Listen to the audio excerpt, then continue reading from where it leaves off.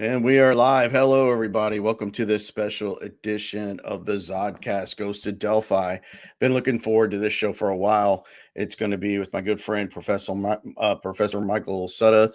He is a PhD professor at San Francisco State University. And the way I met Michael was he read my book on Zodiac, and he's been a huge help to me on qualifying all things with Don Cheney and, making me a better presenter of the case for Cheney. And if you heard the debate I did with Druser, if I said anything that was smart or articulate, it came from training from my friend Michael, that's going to be coming on here soon to discuss the Delphi murders. And if you're still new to the Delphi case, of course, this is pretty recent. Let me read the background on it, because I know some people, I don't know how you could have not heard of the Delphi case, but it's one of the most popular true crime cases over the past few years.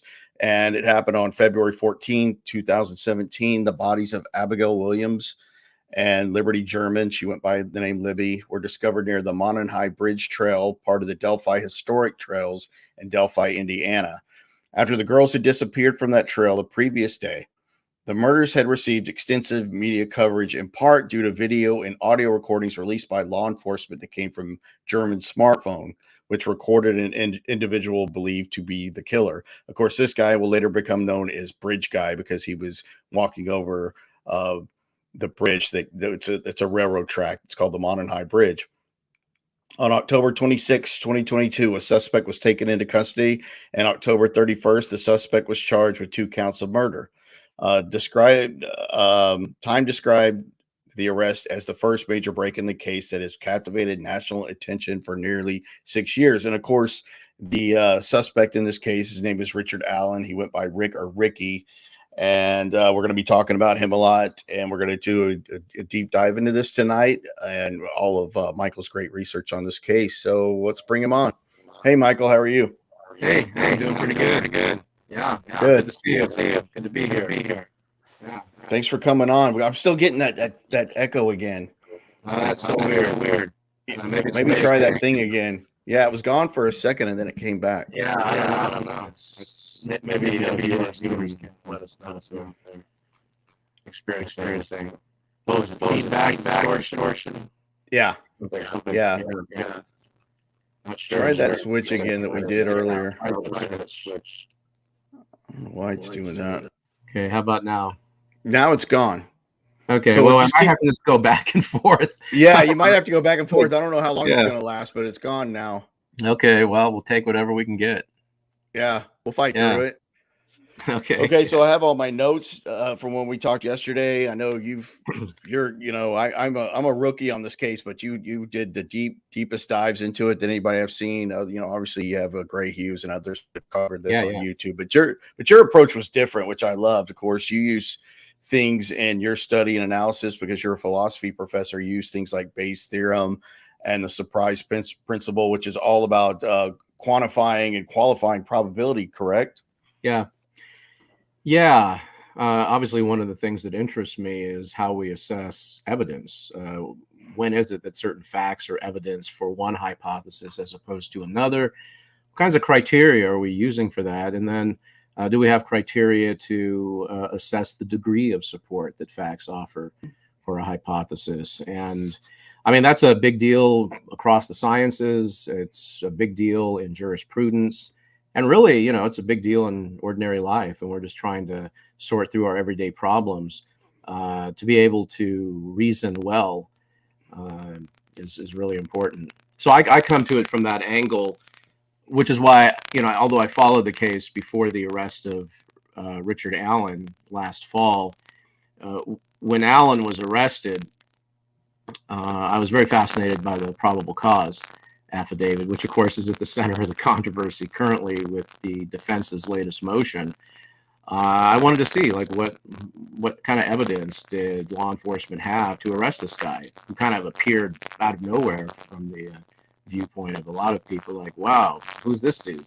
Wow, he works. He was nowhere on the radar. Yeah, it's like we haven't been talking about, among all the persons of interest over the years, for 5 years, and all of a sudden law enforcement comes out and now we arrested this guy. So I was really interested in, what the evidence was, and of equal importance, what is the charge, right, against him? And that's something that we should talk about also, because I think it gets lost in a lot of the discussions. And when we're asking ourselves, is there good evidence here, in support of Alan's guilt? I mean, what's the charge against him? We have to be clear about that. Because I also think it's lost, by the way, in the latest document from the defense, and that's something we should talk about, because it does bear on the plausibility of what they're presenting. But sure, I mean, that's my approach, looking at evidence assessment and all things related to that.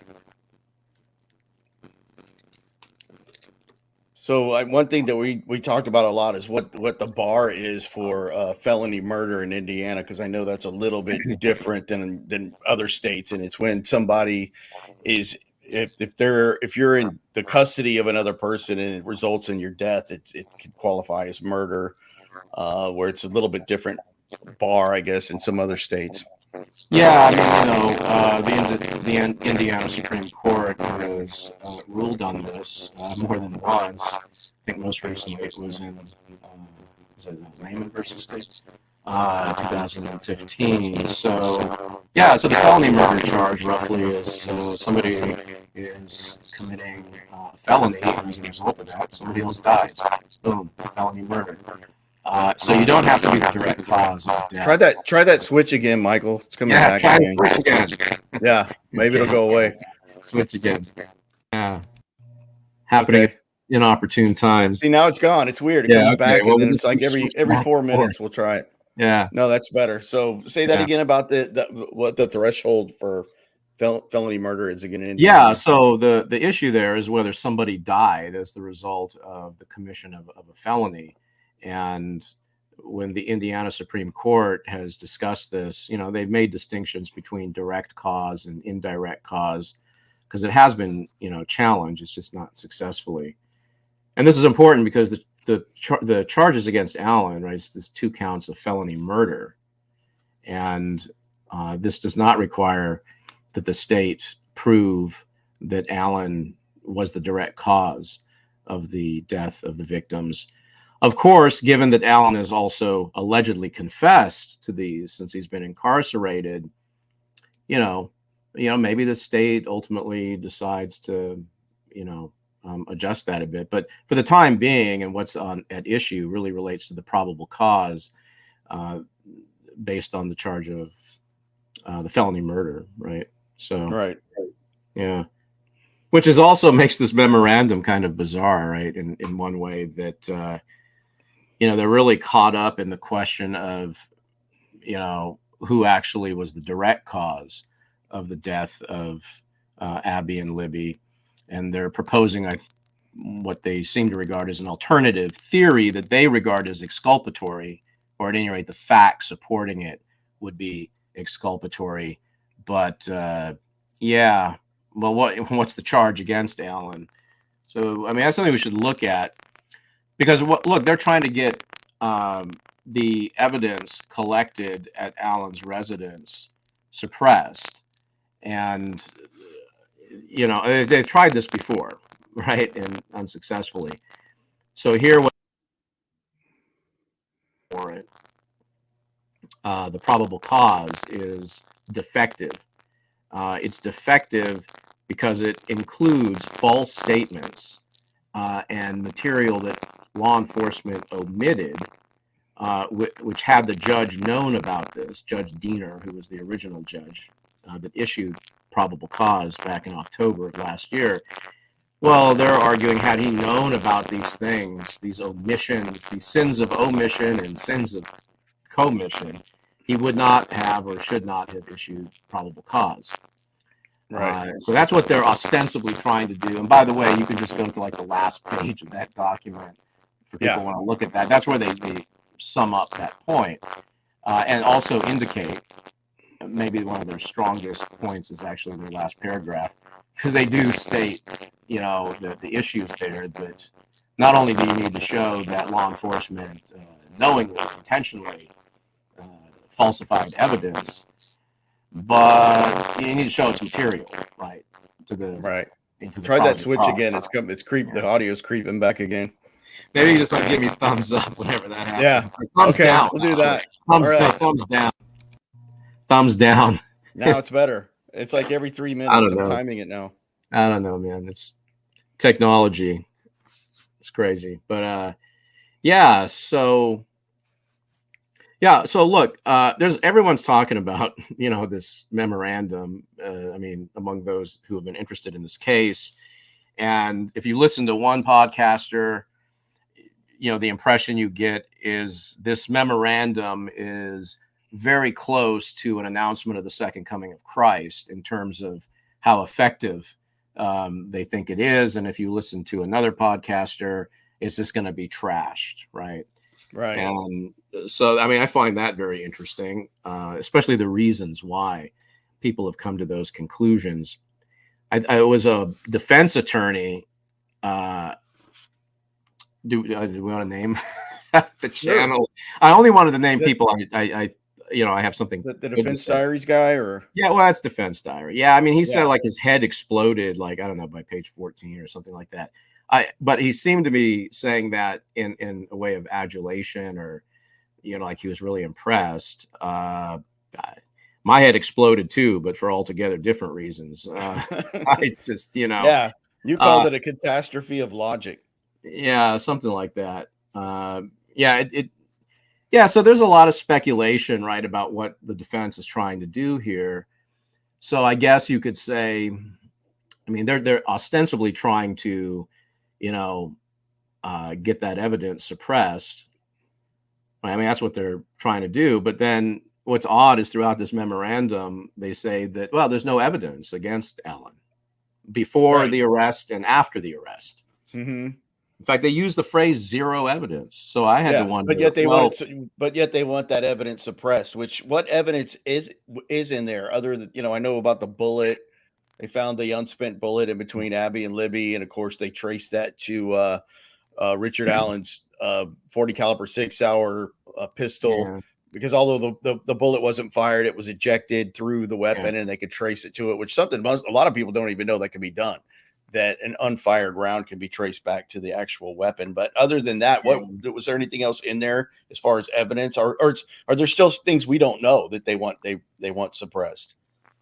Well, it would be everything collected at his residence, right? So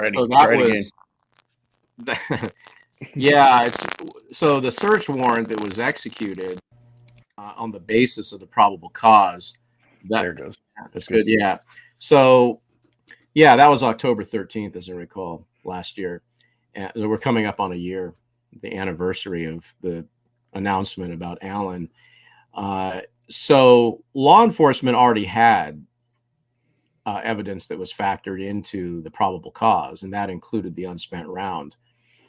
But then there was a search warrant of Allen's property executed, and they gathered a lot of other stuff. And earlier in the summer, the current judge, Francis Gull, had unsealed over 100 documents in this case.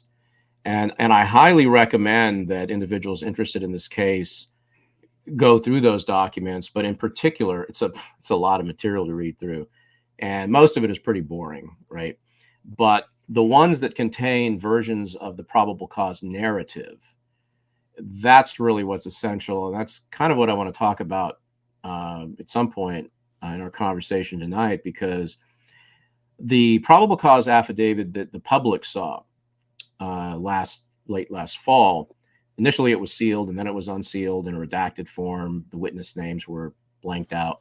We now know who all those witnesses are since was that intentional? Do you think that was intentional when they was redacted and then unredacted, or was that just sloppy, or was that the intent? You think? Well, I don't know what was going on. You mean talking about the unsealing of the 100 documents earlier? Yes. In the summer. Yeah, I spoke to a couple of attorneys about that, because one of the issues, Judge Gull had said, we don't want the names of the juveniles, that was part of the reasoning earlier. But I mean, they're not juveniles anymore. I mean, they're adults at this point. It's been so many years. But I was surprised to find not only versions of the probable cause in there that had their initials, but some versions of it had their full name. So, you know, it may have been an oversight. They may have realized, of course, at this point they're all adults. So if you're naming the other adults, what does it matter, right? Yeah. So yeah, but it's really interesting to look at the variations on that narrative, because the one that we saw leaves out certain details that you find in the others, including the probable cause that's attached to the search warrant of Allen's property. I mean, they collected all sorts of things, knives and his other guns. He had quite the collection, and devices of all sorts. Apparently, he had a lot of cell phones. Apparently, yeah, he had like, I don't know, 5 or 6. I forgot about the cell phones. It was yeah. I mean, there's just a bunch of stuff. Yeah, so that was part of what was revealed later, right, in the court documents. But whether any of that can be leveraged as evidence for his guilt of, felony murder, that's the question. But my question is, well, if the defense is convinced that there's nothing there, what are they trying to suppress? I mean, I understand they don't want. I understand they don't want that data brought in, and whatever. I mean, it's largely physical evidence, right, in some form or other. They don't want that brought in. And look, if I'm a defense attorney, honestly, I'm going to try to get everything thrown out. Switch it over again. Yeah, I'm going to try to get everything thrown out. If I'm a defense attorney, I'm going to try to do the best I can just to get everything eliminated. Right, but including the confessions, right? Yeah, which are potentially impacted by the current motion. But I don't know that I would write a 136-page memorandum with the kind of, off-center focus of this thing. Seems to go down a pretty deep rabbit hole in the so-called alternative theory that the girls were sacrificed in a ritual, a cult ritual by a group of white supremacists that had appropriated aspects of Norse religion. And now we see some of the considerations, right, that the defense raises in this document. But, right, so, it's like an interesting document. It's divided into different parts. Again, the defense is trying to invalidate, right, that probable cause. Part 3 seems to me the most relevant, because they're actually specifically addressing alleged inaccuracies, falsehoods, and omitted material from the narrative of the probable cause, and arguing, look, if we get the fuller picture here, there's really not a justification for probable cause. The rest of the document, which is really the bulk of it, is a very I want to say convoluted narrative, developing, details from the crime scene, allegedly, right? This is right. I'm showing the sticks they found on Abby and Libby's body, which they say resemble runes. And this was part of the Odinite religion. And then we have the one on the top here, which is, we're talking about the blood spatter. I think they said that was Abby's blood possibly on the tree, which is what that top image represents. And somebody said it could have been a hand with blood, but it's extremely subjective. I mean, it's the bottom line, right? Yeah, well, sure. When we descend into the details of what they're presenting as alleged evidence for a ritual sacrifice, with the associations that they're trying to support, including naming individuals who are still alive. I wonder why they took it that far. I mean, it's one thing to like propose the Odinism and the satanic worship, and like we were talking about yesterday, how they can invoke that satanic panic because this is, the Bible Belt, it's rural Indiana, and maybe that stirs up a lot of things. But why did they take as far as like naming other potential killers? They're listening to a lot of conspiracy-oriented people on YouTube, one of whom they actually name in a footnote. So that takes us halfway across the bridge. No pun intended.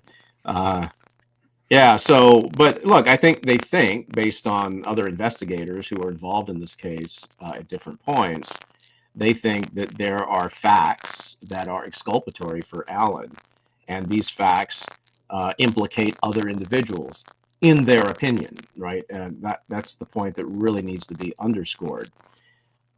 Now, it's 136 pages with a lot of footnotes referencing the alleged receipts they have for this. Switch it over again. Yeah.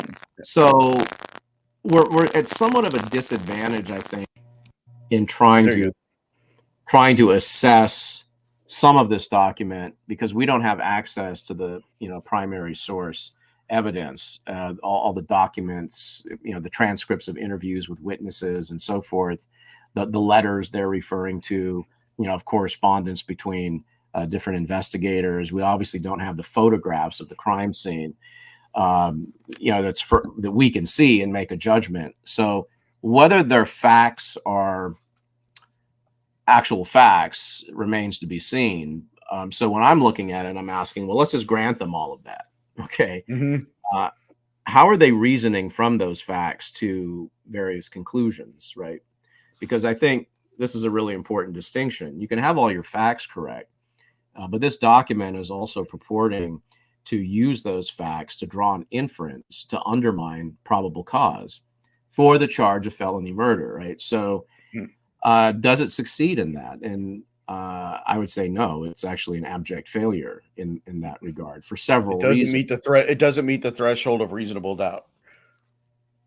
No. I mean, it's not. Well, that would be if there's a legitimate question as to whether or not some of what they're bringing up could be effective in the criminal trial, right, in January. At present, it's slated for January 8th. It's supposed to begin. So some of what they say could be effective in creating reasonable doubt in the fact finders, right, the jury. I find that really interesting, and many have suggested that this is really what it's about.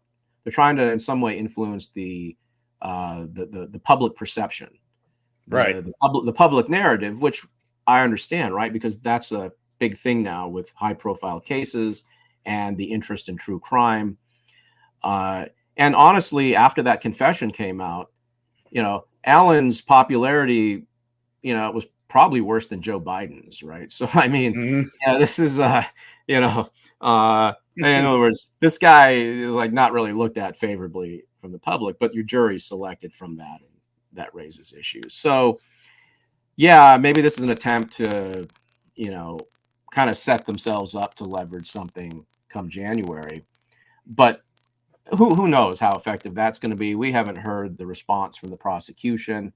I'm sure Nicholas McClelland is working, with some sort of a rebuttal. We'll have to wait to see whether the judge even thinks this merits, the Franks hearing to, to pursue this further. I wouldn't be surprised if, she said, yes, we'll have the hearing. I just can't see this being successful, given how they have failed time and time again. And they failed in the past with their different motions. Switch it again. Yeah. So the defense has failed in the past with their various motions, for example, to suppress, because the reasoning is just bad. Yeah. Right? And this memorandum is not an improvement. It's actually a step backwards, if that's possible. I mean, it's even worse than what they've done so far in their public statement late last year in response to the probable cause when it was unsealed. And then the gag order came in. But now, when we look at their motions, we're looking just at the court documents, things haven't been working too well for Allen's defense in being effective to defend him, right? So yeah, so it's like you said, it's a Hail Mary pass into the end zone full of Pro Bowl defenders. Yeah, right. I mean, yeah, it is something of that's kind of how I thought. It was like a really dramatic kind of Hail Mary there at the end. But so I think the very specific issue here is whether the kinds of considerations they're bringing up defeat the probable cause. Now, the standard there is a lot lower than reasonable doubt. Where let's say it's not like the judge has to agree to probable cause only if law enforcement is shown beyond reasonable doubt that Alan's the guy. It's not even preponderance of the evidence, actually. It's even a lower standard than that for probable cause. And it's not all that clear, right? It's like, well, any reasonable person, in looking at the facts that have been presented, these do suggest, in some logical way that the suspect, might have committed this crime. So this would justify an arrest. I don't think they've even shown that, right? And I think that's one of the problems here is they have a lot of facts. And a lot of these facts are things that were not in the probable cause. But the question is whether adding these facts makes any difference.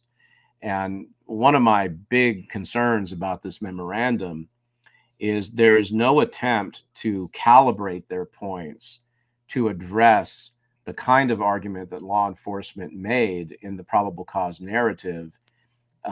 So you got to know we have to know what kind of argument law enforcement was making for Alan's arrest and to get the search warrant of his property. If we don't know what the charge is and what the argument is, how can we possibly be effective in creating the level of doubt that would justify saying the judge shouldn't have issued probable cause? And because they're not clear about that, they really don't argue. They kind of leave it up, and it's the eye of the beholder. And that can be tricky, right? Because they don't really seem to have a clear idea of what it is that law enforcement was arguing. And we can look at that in the probable cause, because it really does come down to whether Alan is the bridge guy. That's it. Yeah. Switch over again real quick, because this is when we're getting to the heart of the matter. Is right there. It was Alan the bridge guy, because the bridge guy, based on everything you have done with the timeline and everything and the witnesses and what they said, was bridge guy has to be the murderer, and the highest of probability is that the bridge guy was the murderer, of course, and that Alan is the bridge guy. Yeah, well, by murder, right? So in the Indiana statute on felony murder, it does say that attributes to the person committing felony murder says kills the person. But again, the Supreme Court of Indiana has given us an interpretation of the person kills the other, meaning could be indirectly, right? That the person simply dies as the result of a felony being committed by the felon. And it makes sense, right, in terms of how the judges have ruled on this, that look, it makes sense in those circumstances to attribute responsibility, right, for the murder itself to the person engaging in the felonious act. So, but go back to the basic argument, because I think this is really the main argument that the law enforcement was making in the probable cause. Is, look, they know based on the video that Libby took of the bridge guy.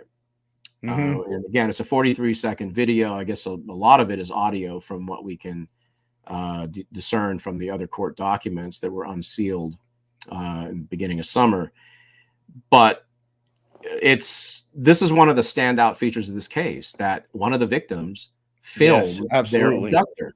Yeah. Right? So and they were the only part people have seen where the people have seen the part where he says down the hill, and then he says guys, and then I think they put those two together, but those two were taken separately, but the police still have audio, like you're saying, and some more video that have never been released. Yeah, and we know from some of the comments in court documents what the content is of the rest of the video. But we've only seen a snippet, right, of the 43 seconds. But this is the person who abducted them, right? And I know there are people out there that still want to deny that, but if you look really carefully at the more recent court documents that are released, hey, the prosecution has receipts in the form of that video. And so, and it also gives us a visual image, albeit blurry, of the abductor. But here's what we know, right? We know that that individual moved them against their will from point A to point B, and he did so at gunpoint. That's and given that's the felony of kidnapping. That they end up dead shortly after that, that makes it felony murder. And notice the defense is not challenging that premise. What theoretically they want to go after is the second premise. Alan is the bridge guy. Because once you grant that... Switch it over again real quick. Yeah, once you grant that... Oh, lost you.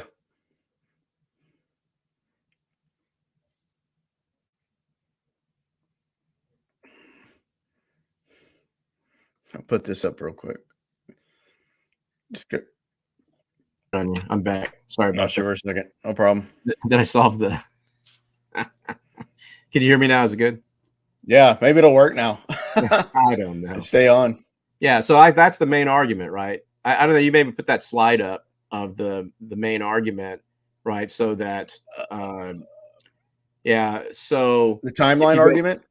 Yeah, but go back to even the basic argument earlier. Oh wait, is this it? Oh wait, for Alan's guilt. Back right there. This one. You had it. No, the other one. The other slide.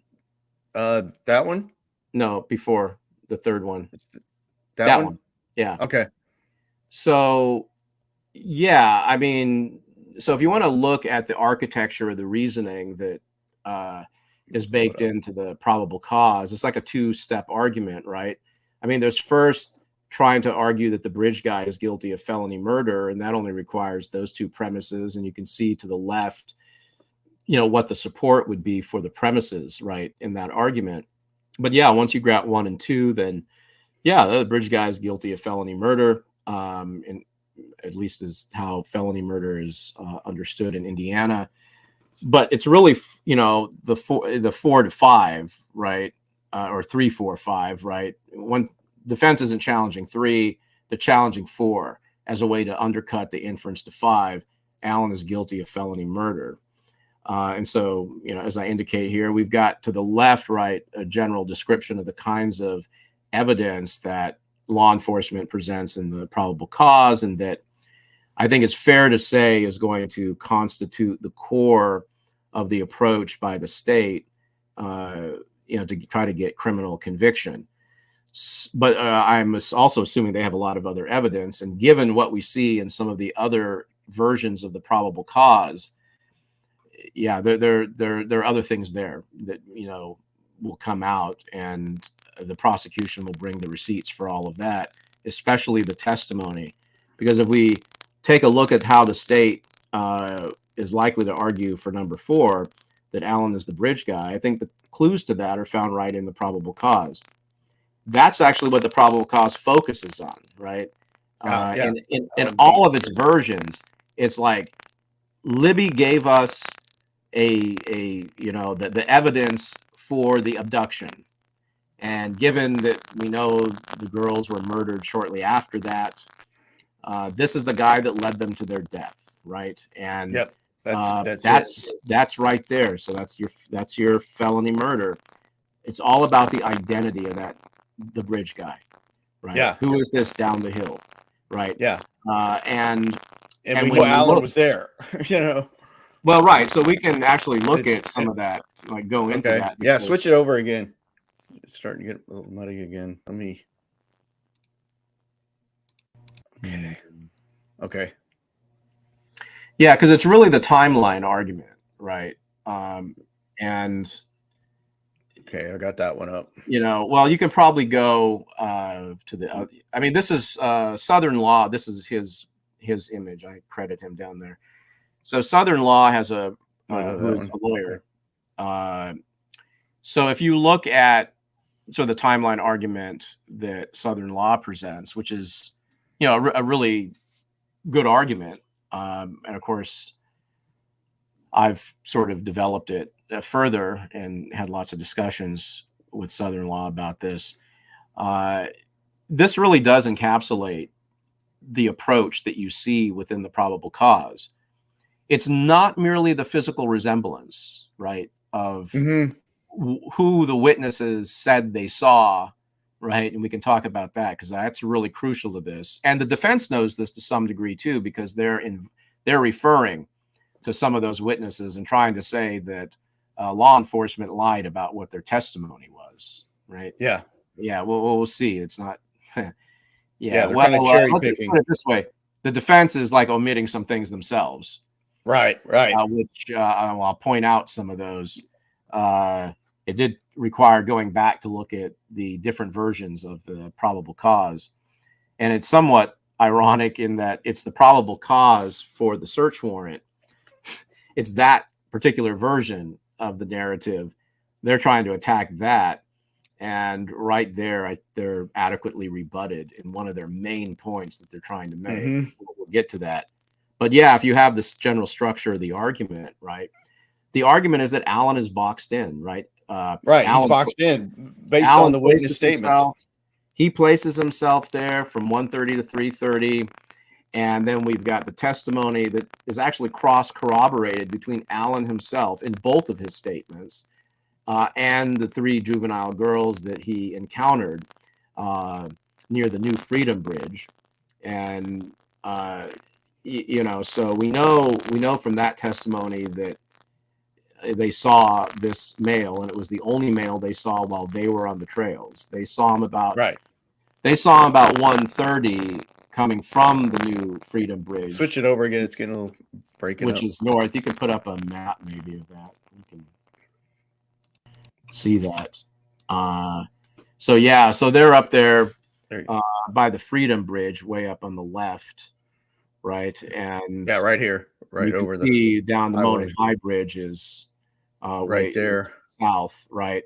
So you have the 3 teen girls who are leaving the trails at 1:30, and we know that we don't have to just rely on their memory.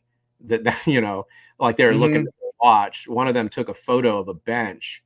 And it was time-stamped? It's time-stamped. Yeah. Shortly before they ran into Alan. And that's one of the factors to try to dial in that, they would have ran into him, I don't know, between 1:30, 1:35, thereabouts. And, Alan said, yeah, I ran into those. Yeah, he said he recalled it.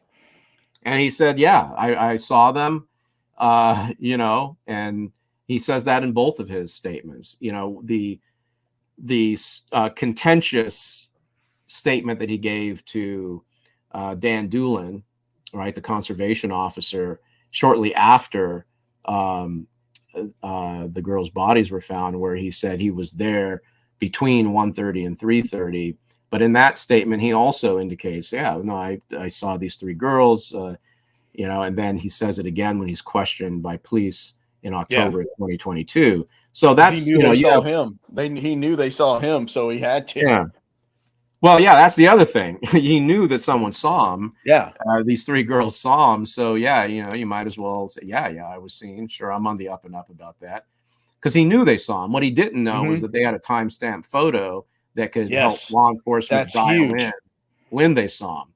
And by the way, as we talked about yesterday, Drew, this also comes into play to rebut something that the defense wants to do to kind of raise doubt about the accuracy of that report that Dan Doolin took when he spoke to Alan.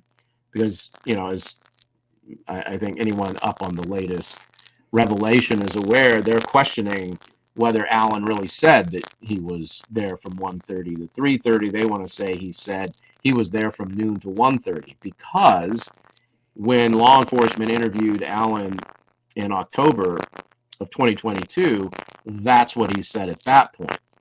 So when he was brought in for questioning, yes, he was told he wasn't under arrest, right?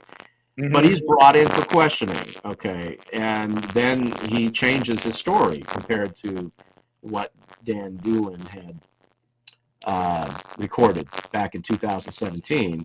And now he says, I was there from from noon to 1:30. Well, now he knows at this point. He's had 5 years to know about the timeline and that when the girls were murdered. And so something we have to consider is look, the defense is trying to raise doubt about the reliability of Dan Doolin in taking this report back in 2017. I don't think they do a really good job with that. It seems a bit kind of nitpicky, and they really don't. I think a better job actually might have been done, but they just didn't do it. But we can otherwise refute what they're suggesting, as we'll do shortly. But look, we have to ask the question, what's more probable, that Dan Doolin got all the other details correct that Alan will later give to police, but he just messed up on the most important part, which was when he was out there.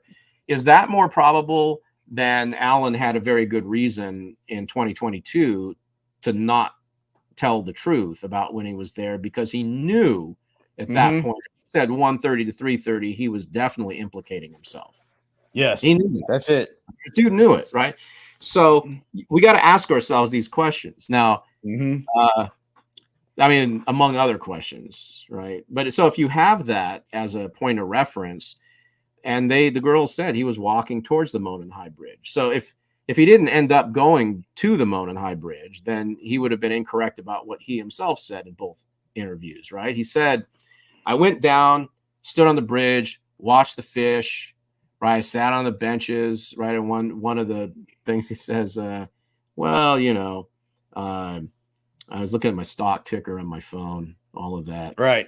You're looking at the fish, the stock ticker. And which, okay. So, like, how did he manage to do all that if he was heading towards the Monon High Bridge when the other girls were leaving at 1:30? That would have been the shortest trip. I mean, I don't see it. You can't even, it's not even physically possible, right? You'd have to go back in time on one version of that timeline. And the other, you'd have to, violate the laws of physics to get down to the bridge and back. I mean, you got to figure the time it takes to move from point A to point B on these trails. And, my PowerPoints, which, you've seen, so you can work with a lower and upper bound that's really useful for that. Because if you're walking faster, you get to the other point, sooner than you would otherwise. But this is why the PCA really makes a big deal about the time different things happen, right? It's not just that individual said, oh, I saw this guy, and, you're looking at their physical descriptions of the person they encountered. You're also looking at when they encountered him, and if, in fact, he was at that point and he was heading down, to the bridge, when would we expect to find him there? You have to really extrapolate from the testimony, not only, the descriptions of the individual they saw, but the time anchors of, what they saw and when they saw it. And that's actually emphasized in the probable cause. It's not merely, oh, this witness gave a description of a guy that, matched how Alan was dressed that day. I mean, that's part of it, but it not by itself. It's not the issue. The issue is the cumulative weight of all of these facts. And because they are mutually reinforcive in different ways towards a coherent narrative, that's what is emphasized, right, in these, versions of the narrative of probable cause. Yeah. And, I saw somebody, you had put up a comment about the defense trying to exploit, weaknesses. And can you put that statement up again? Which one? This one for Anna. That was a good one. Yeah. Okay. Well, This one. Yeah, that's the one. Go back to the previous one. Was that also Anna? So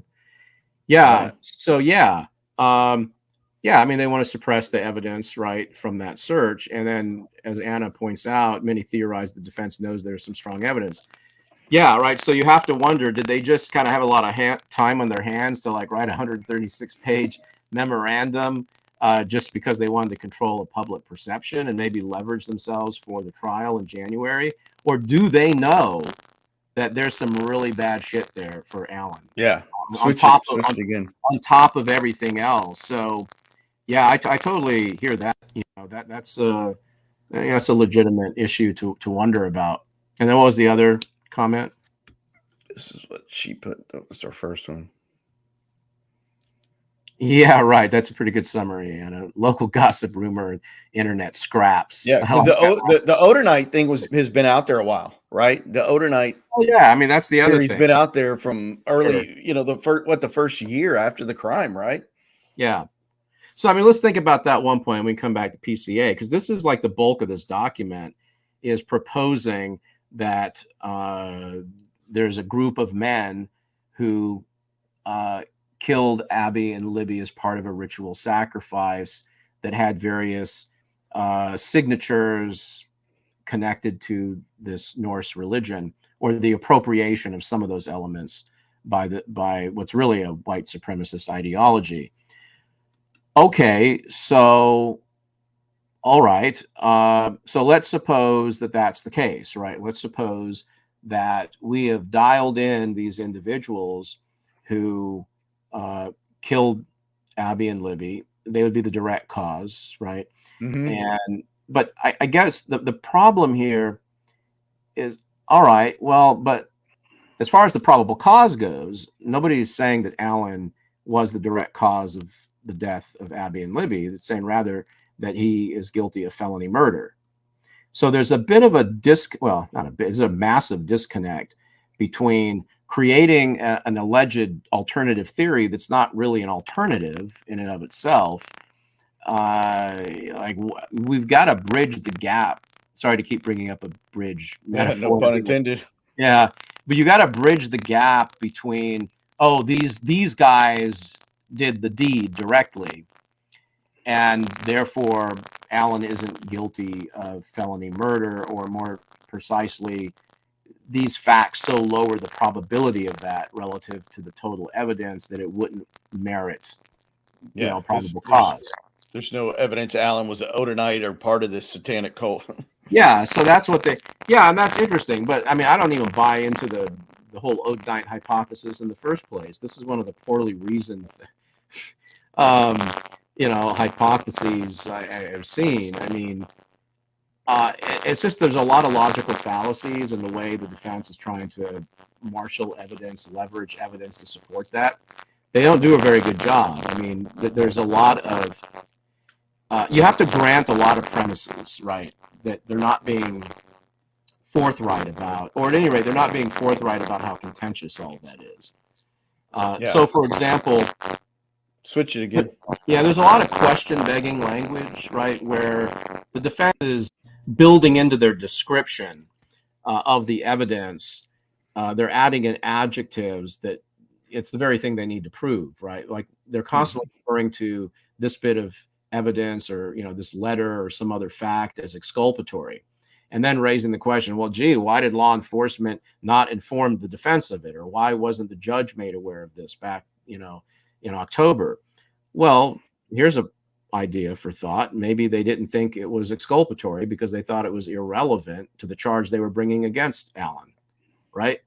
I mean, the whole crime is complex, right? Because if there are multiple individuals involved, then you have potentially, right, separate investigations here. And even the state's prosecutor said that they were open to that. But being open to there being another person involved in it is at some distance from the elaborate, convoluted theory, the Odinite hypothesis that the defense is trying to present, which involves, all sorts of bizarre inferences. For example, like those runes that you put up, or the position of the sticks allegedly over the bodies of Abby and Libby, and the way they describe the blood splatter on the tree there on the right, upper right. Very subjective. It could be anything. Like, well, they're saying it's an F in sort of in this Norse tradition. It's a symbol, and they're saying, well, it was painted in Libby's, but it wasn't really painted. Yeah, was splatter or got on their hand, or look at other ritual killings can identify that really clearly. But it's like whatever you want it to be. It's like you can see it in there. This is all like a Rorschach ink blot test. Yeah. Right. And you can look. First of all, there are a lot of conflicting reports about whether switch it again. There are a lot of conflicting reports about whether there it goes. Whether the position of the sticks whether this is accurately representing it, right? So there's a lot of debate about what the position of those sticks are, as well as the description of the sticks themselves. That some of them look like they were cut. And yeah, were they cut? Or they think one looked like it was cut, but they did not take the sticks into evidence, correct? That's what I right. No, but you have photos. But see, since we haven't seen the photos, we really can't say, I think very firmly one way or the other whether there is an actual resemblance as opposed to an apparent resemblance. But even if we grant, because that's one distinction, right? So you got to distinguish between things that seem to you like they're something versus if there are actual indications that there's a genuine resemblance here. Like people can look into the clouds and see faces, right? Well, pareidolia, right? We know the brain tries to find order in things. Yeah. We need to have anchors in reality that we can sort of use to justify the claim that there's an actual resemblance and that it's a strong resemblance. But the other problem that the defense commits, and they do this on the runes, they do it on the, the alleged F on the tree, they do it actually in several places in this memorandum. They conflate things being sufficiently similar with being identical, right? So because the positioning of the sticks, strongly resembles a rune, therefore they must be runes. But that doesn't follow at all, right? You have to have a more robust kind of argument. And by the way, the reason why I think that the defense commits this fallacy, the other reason to think that is that it's how they represent the argument of law enforcement behind the probable cause. They try very hard to present like the state's position on this, that, well, the witnesses described a guy that is sufficiently similar to Alan, and therefore it must have been Alan. But look, these testimonies describe individuals who do not look sufficiently like Alan, right?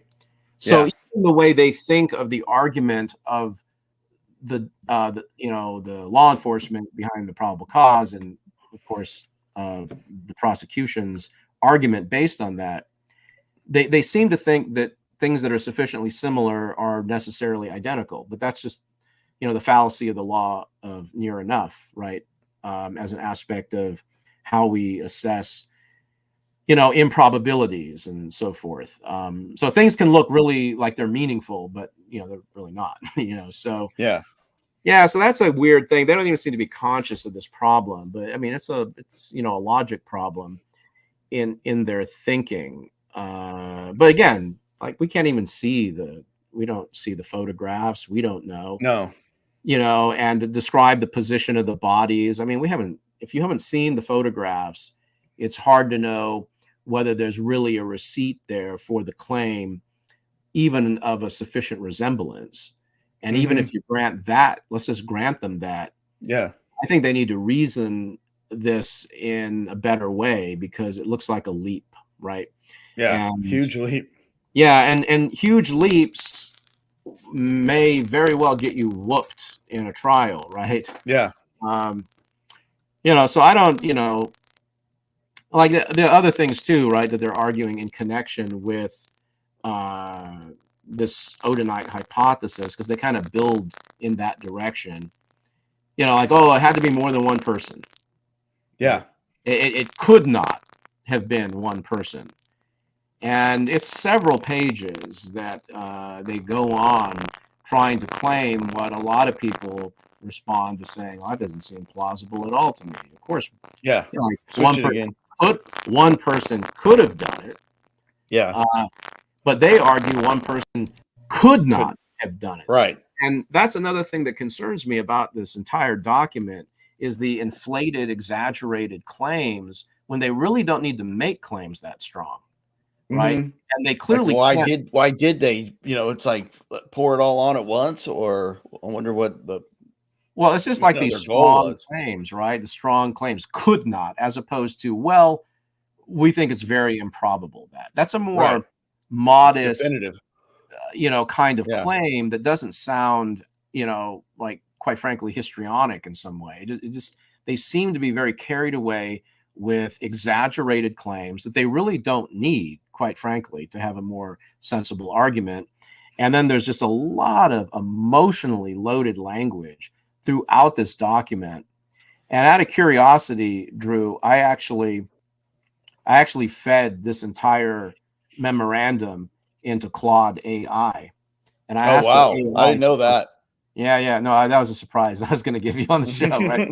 Yeah, and I asked Claude to analyze, the writing, and then to assess weaknesses, and so, like, one of the things that was red flagged was an excessive amount of emotionally charged language and, like, abusive ad hominems, where you're attacking somebody's character when you should be looking at the argument, and you're using, like, the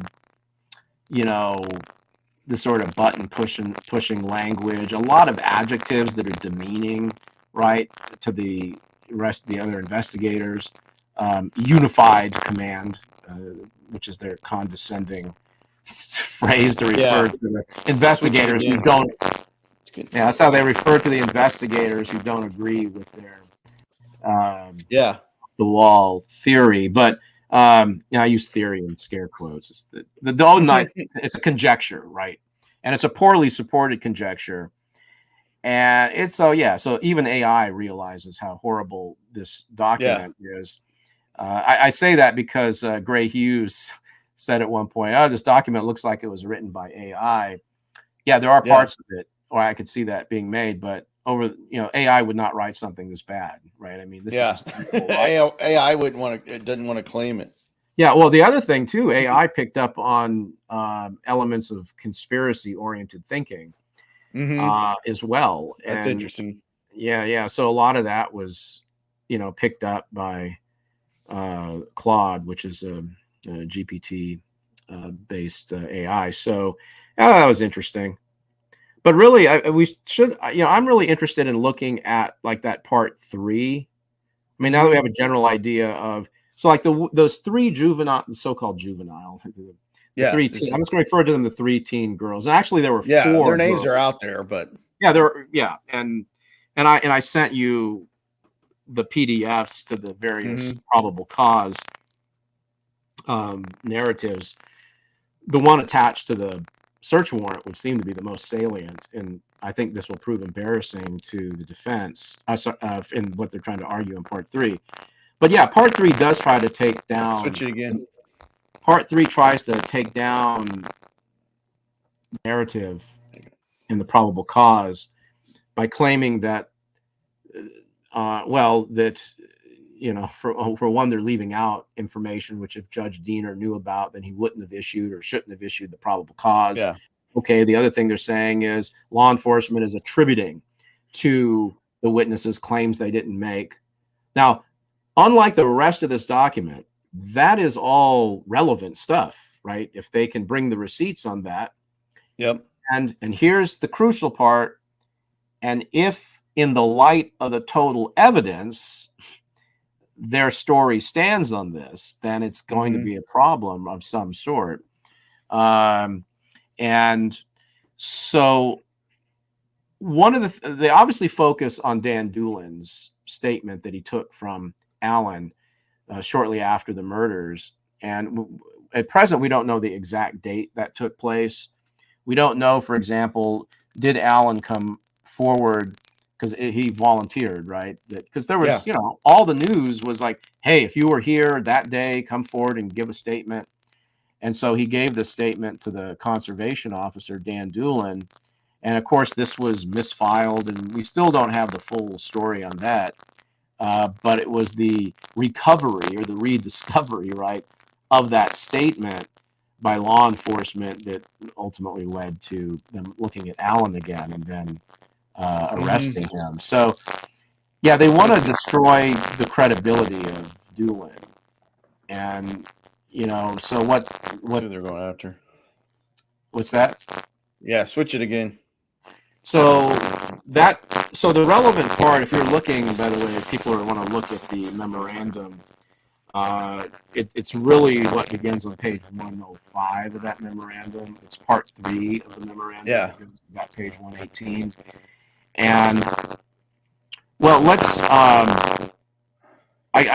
they make a big deal about Betsy Blair, right? So maybe do the switch again before you go into Betsy Blair. Yeah, so Betsy, there you go. Right? Yeah. So Betsy Blair is, for me, a really important witness who was interviewed a number of times, and her testimony was the basis for one of the sketches, right? Yeah, the one that was the young sketch, right? Because there was the two. There was the younger and the older. Yeah, so right. So Betsy Blair arrived, right? So she's important for this reason. She occupies a space in that timeline that fills in an interesting hole, right? So you had the 3 teen girls that saw Alan around 1:30, 1:35, thereabouts in that window, and he's heading towards the Monon High Bridge. And of course, if that's true, then we would expect him to arrive at the Monon High Bridge, about maybe, what is it, about 10 to 15 minutes later or so. Yeah, I got this isn't the one that, I have it somewhere there, one of the, maybe, I don't know which one I had where, because you're kind of skipping through a lot of the PowerPoint, so the slides, but yeah, you can go on that one right there. Yeah, hey, we'll use Credit Southern Law on his thing. So yeah, so you get see the male on, we have the victims there, right? So so Betsy Blair, 213. Yeah, adult female is leaving at 214 from parking area. Right. So let's dial in Betsy Blair, because she arrives on the trails at about, there's somebody, I'm trying to remember exactly where. I'll dial this in here. I got her. Betsy, where are you? Do the switch again. Feels like I know these people. Right. I'm just trying to look at them. So right. She arrives about 1:47. Now, we know that because her car was captured on the video across the street from the nearest parking lot. Hit the switch again. Yeah, so, right, so she arrives at actually a really crucial time. Looking. There you go. Timeline, right? She's getting there about 1:46, I believe the camera catches her.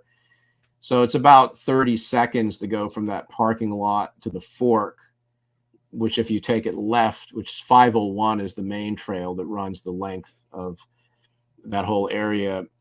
There's another trail near the Monon High Bridge, but we'll leave that out for the time being. She goes down to the bridge, right? This is the important point. And what I find really interesting here, Drew, and the law enforcement knows this too, because they said this was part of their reasoning, right, for why Betsy Blair saw Richard Allen on platform 1.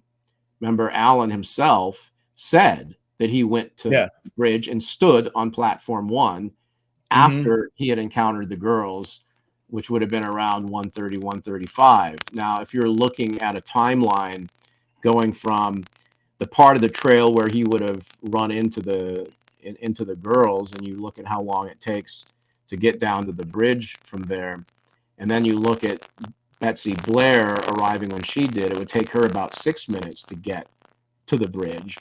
Then Allen would have arrived maybe 5 minutes or so, 6 minutes, possibly 7, so I'm recalling the details on the timeline. He would have arrived there before, right? She arrived there. And so we would expect her to see him there at that point. And that's an important bit of evidence that supports the Allen arrived at 1:30 because of the testimony of the 3 teens. So you have cross corroboration there between Allen himself and both of his statements. Yeah, the girls ran into Allen. And so the only question is, when did they run into him? Well, it's 1:30. But they're claiming that, look, no, he was going the other direction. Now, if that's true, then we would certainly expect him to be on that bridge shortly before Betsy Blair arrives and sees him standing there on platform Switch it one. again. And the important thing is not just that she arrives there and sees him there, right? So the other thing is, when you're walking the trail from the fork and heading towards Monon High Bridge, I mean, you can kind of see the halfway point from where you're standing. And then when you get there, you can see the bridge starts coming into view. So this is important. She doesn't. The topography is really important. Yeah, she does. Yeah, absolutely. And by the way, people should watch the videos from that time of year, because you have incredible visibility through the woods. This turns out to be important, because you also have to ask yourself, what else could people see or not see from where they were positioned at given times? And no one saw this merry band of Odinites, anywhere. Well, right. That's the other thing. The more people you implicate in the crime, the whole crime, man, you have a real problem on your hands based on what people who were there didn't see. Did not see. That's the critical part. Yeah. No one saw them. Yeah. And they went totally undetected. Yeah. And this becomes relevant with Betsy Blair, because it's not just the man she saw on the bridge, which we'll get to in a moment, because there are discrepancies if you take her testimony on different occasions. But I think we have a way of, fixing all of that into a coherent narrative. But she arrives at this, like 146, 147. She walks. So you got about 6 minutes there. But here's the thing. If Alan, was where the girls claim he was around that time, and then he gets to the Monon High Bridge, not only we would expect him to get there before Betsy Allen gets there. Sorry, Betsy Allen. I'm implicating her as a relative. Betsy Blair. Switch it again. Right. Yeah. So it's not just that, we would expect her to get there shortly before Alan gets there. The other point that's really crucial is we would expect her not to see him ahead of her on the trail as well. That's a more fine-grained point, because you can see 3 minutes down the road, right? So, you got to think about these elements of time it takes, the distance between places, how far you can see, where somebody would have been, had they started from point A to point B. And you don't have to have it exact either. No way. You just have approximate. Lower and upper bound is a good way to do it. And so she sees him at the time that the only time, right, she would have seen him would be the point at which she got there. She wouldn't have even seen him like walking toward the bridge, right, halfway, to it. And she gives a description of the guy. Now she's given various descriptions. We'll come back. And they're trying to pick on that. Yeah, and we'll talk about that here in a second. He didn't exactly match Alan. Yeah. But the other, so if we're just like going through how her testimony is relevant, the other way it's relevant is that she encountered Libby and Abby when she was leaving the trail, or more specifically, leaving the High Bridge along 501 trail. So she gets there and she said she turned around. She saw the guy on the platform 1 and she turned around. And then she started walking back. And halfway, she said, about halfway, so about 3 minutes, right, she passes Libby and Abby. They're heading towards the Monon High Bridge. We're getting very close to the point of abduction, right? About 2:14, right? Yeah, on the which the abduction where he's close enough and orders him down the hill. Yeah, because we have the video informs us of when that happened, right? Yeah. So Betsy Blair doesn't leave immediately, right? This is really interesting. She doesn't leave immediately. She's there until 2:14 or so, right? So now, what did she do during that time? So if you read the different statements from law enforcement, indicates she continued to walk the trail and then left, and her car is seen on video leaving, right, at 2:14. So where was she during that time? Well, if she walked toward the New Freedom Bridge and came back to the nearest parking lot, that would put her at about 2:14. at just a moderate pace. So hopefully we can get more details on this down the road. But it sounds to me like she walked a good part of the rest of the trail. And this is important because part of her testimony consistently is that she only saw one male. Right? She only saw one. She only saw one male, and that was the guy on the bridge. Yeah. So it highest probability is that's Alan or bridge guy, and that Alan is bridge guy. Well, yeah. I mean, so the defense in this memorandum is trying to point out, well, law enforcement didn't give an accurate account of what her testimony was. So, for example, and this is on 105, bottom of 105 of the memorandum, that when she was giving her description to the sketch artist, that she described the man she saw as a white male, age 20, had brown curly hair, and was of a medium build. And okay. And then later, she gives a description. This would have been on March 7th, 2017. So just a few weeks after the initial description of the man she saw.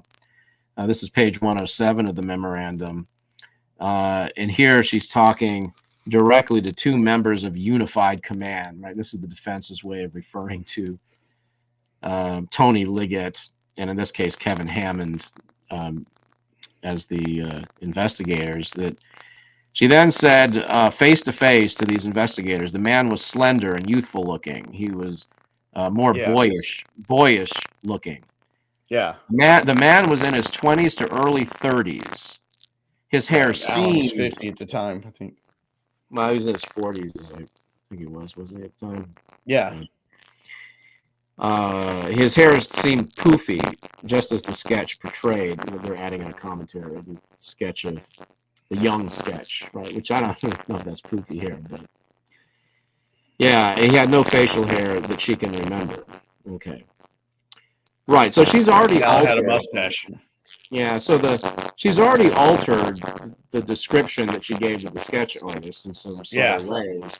She's gone from he was 20, and again, we have to assume the defense is being accurate here in how they're describing. I want to see the actual transcripts, right? Right. They could be kind of well, and they refer to it, right? Exhibit 107. So this is recorded. Let's hear the audio. But she says, well, he was in his 20s to early 30s. Well, wait, I thought you originally said he was 20. Well, first of all, he was 20, right? I mean, that's kind of very specific, right? Nobody, I mean, how do you observe that somebody's 20? I don't know if they're wearing a shirt saying I'm 20. That's very specific, right? So we need to take that with a grain of salt. And in fact, as you know, from all the cases you've looked into and discussed, eyewitness testimony has to be taken with a lot of caution. And when you're dealing with physical descriptions or even a sketch based on a physical description, sketches aren't photographs. No, the way that people remember, the way that people remember things, it's far from actually reliable. Yeah? So she's already evolved, right? She's already evolved an account of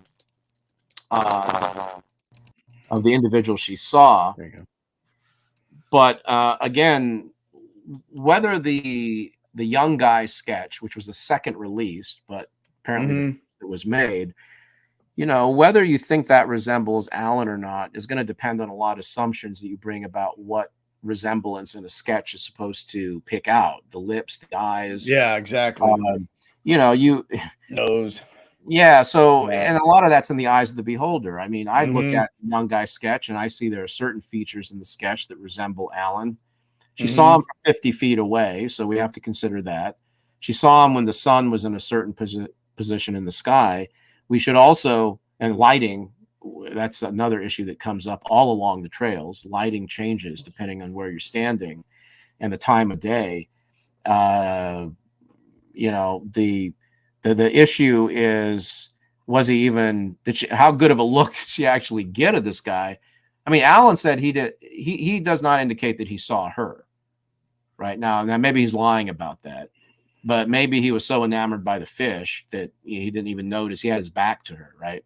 I don't know. Mm-hmm. I mean, all sorts of possibilities. But here's what I want to focus on: the defense argues that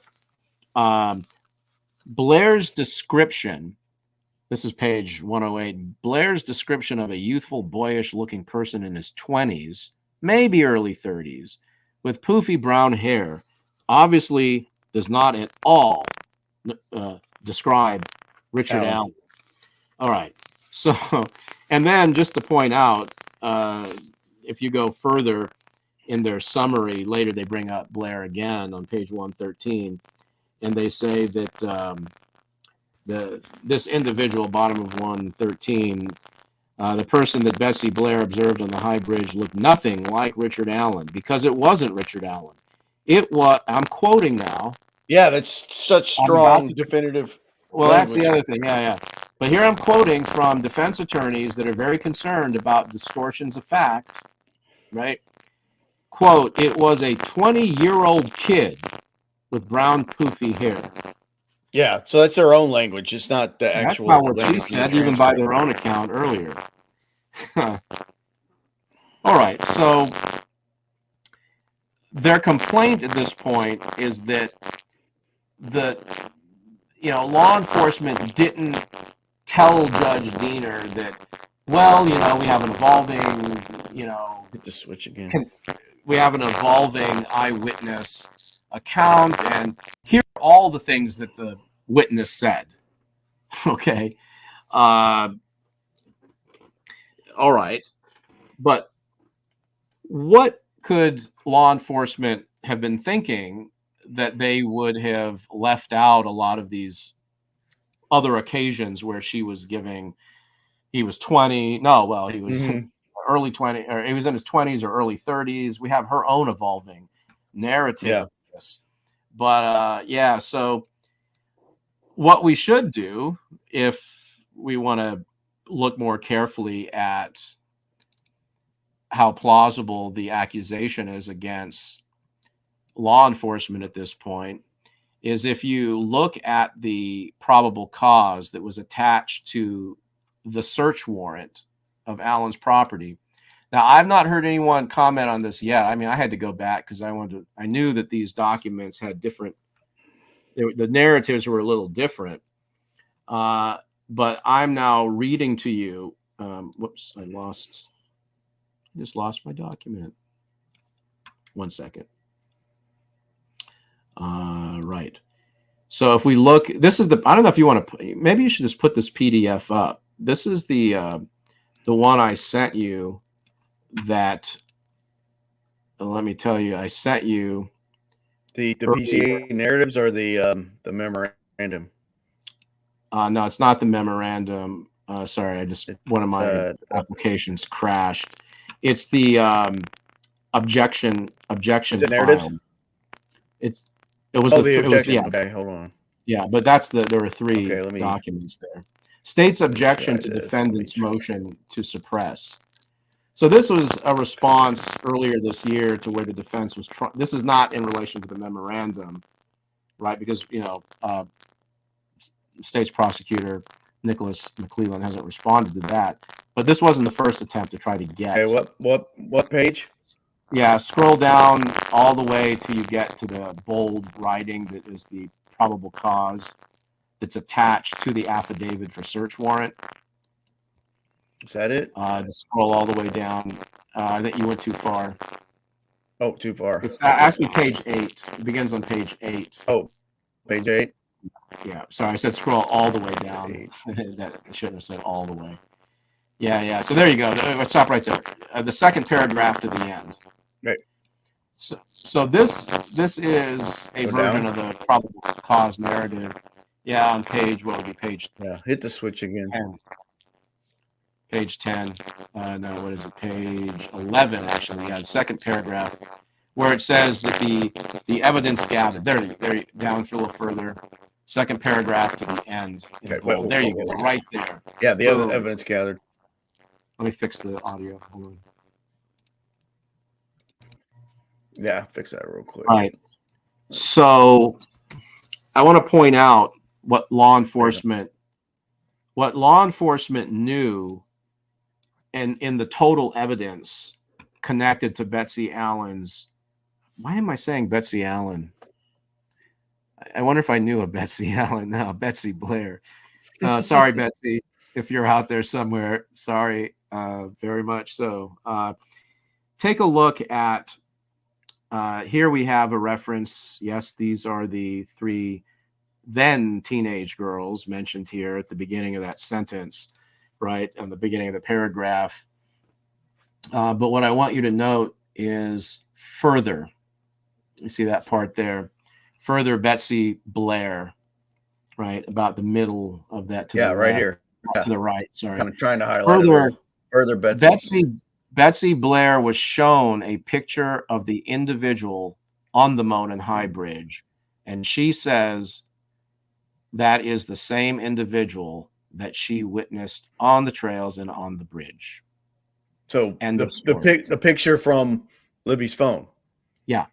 Mm-hmm. She's comparing, right. So, well, that's a little gem that the defense left out. They conveniently left that out. Yeah, that's big. And if I'm Nicholas McClelland, you better bet I'm going to hammer on that one. That the very narrative that these guys, the defense, are trying to say, oh, they are misrepresenting her testimony. Well, they have a very good reason to exclude all of the minutiae of her evolving narrative about what she saw, because at some point they showed her the photograph, right, the still from the video, and she said, that's the guy. Now, if you grant that, you can also immediately understand a lot of things, right? You can understand how she would earlier have misremembered certain things. He had a head covering, which could look like poofy hair or hair from a distance if his back is turned. Standing still on platform 1, looking just at his legs, they could look. These are just commonly encountered perceptual inaccuracies that go with our observations. And that's why you don't rely solely on resemblances. You try to triangulate things. You have the girls seeing him coming towards the bridge at around 1:30. It takes so much time to get down there, right? And then he would have arrived shortly before Betsy Blair saw him at that location.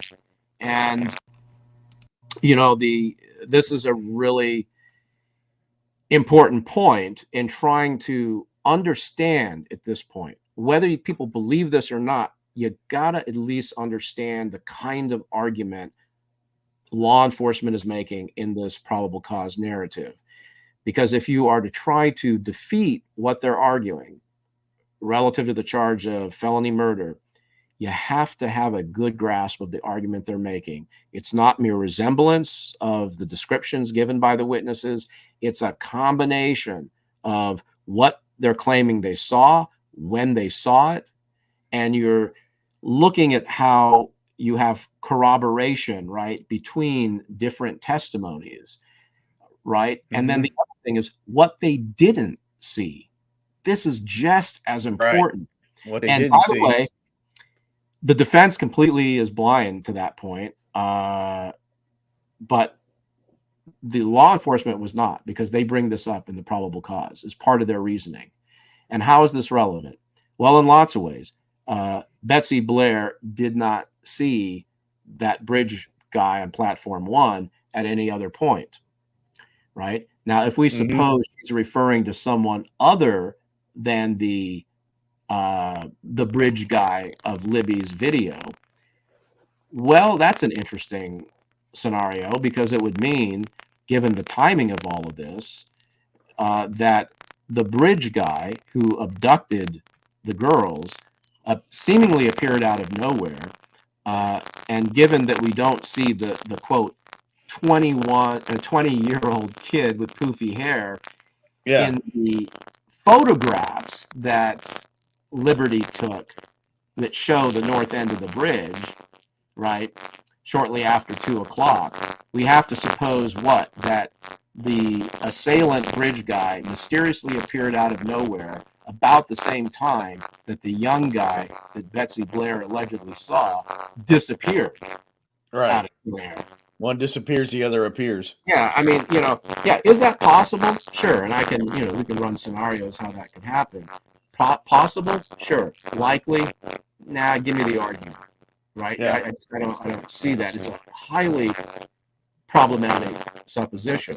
And here's one other point. Go back to the testimony of the 3 teen girls, right? That we saw in, earlier. So if we suppose that Alan arrived at noon and left at 1:30, we've got a major Move the switch real quick. We've got a major problem, right?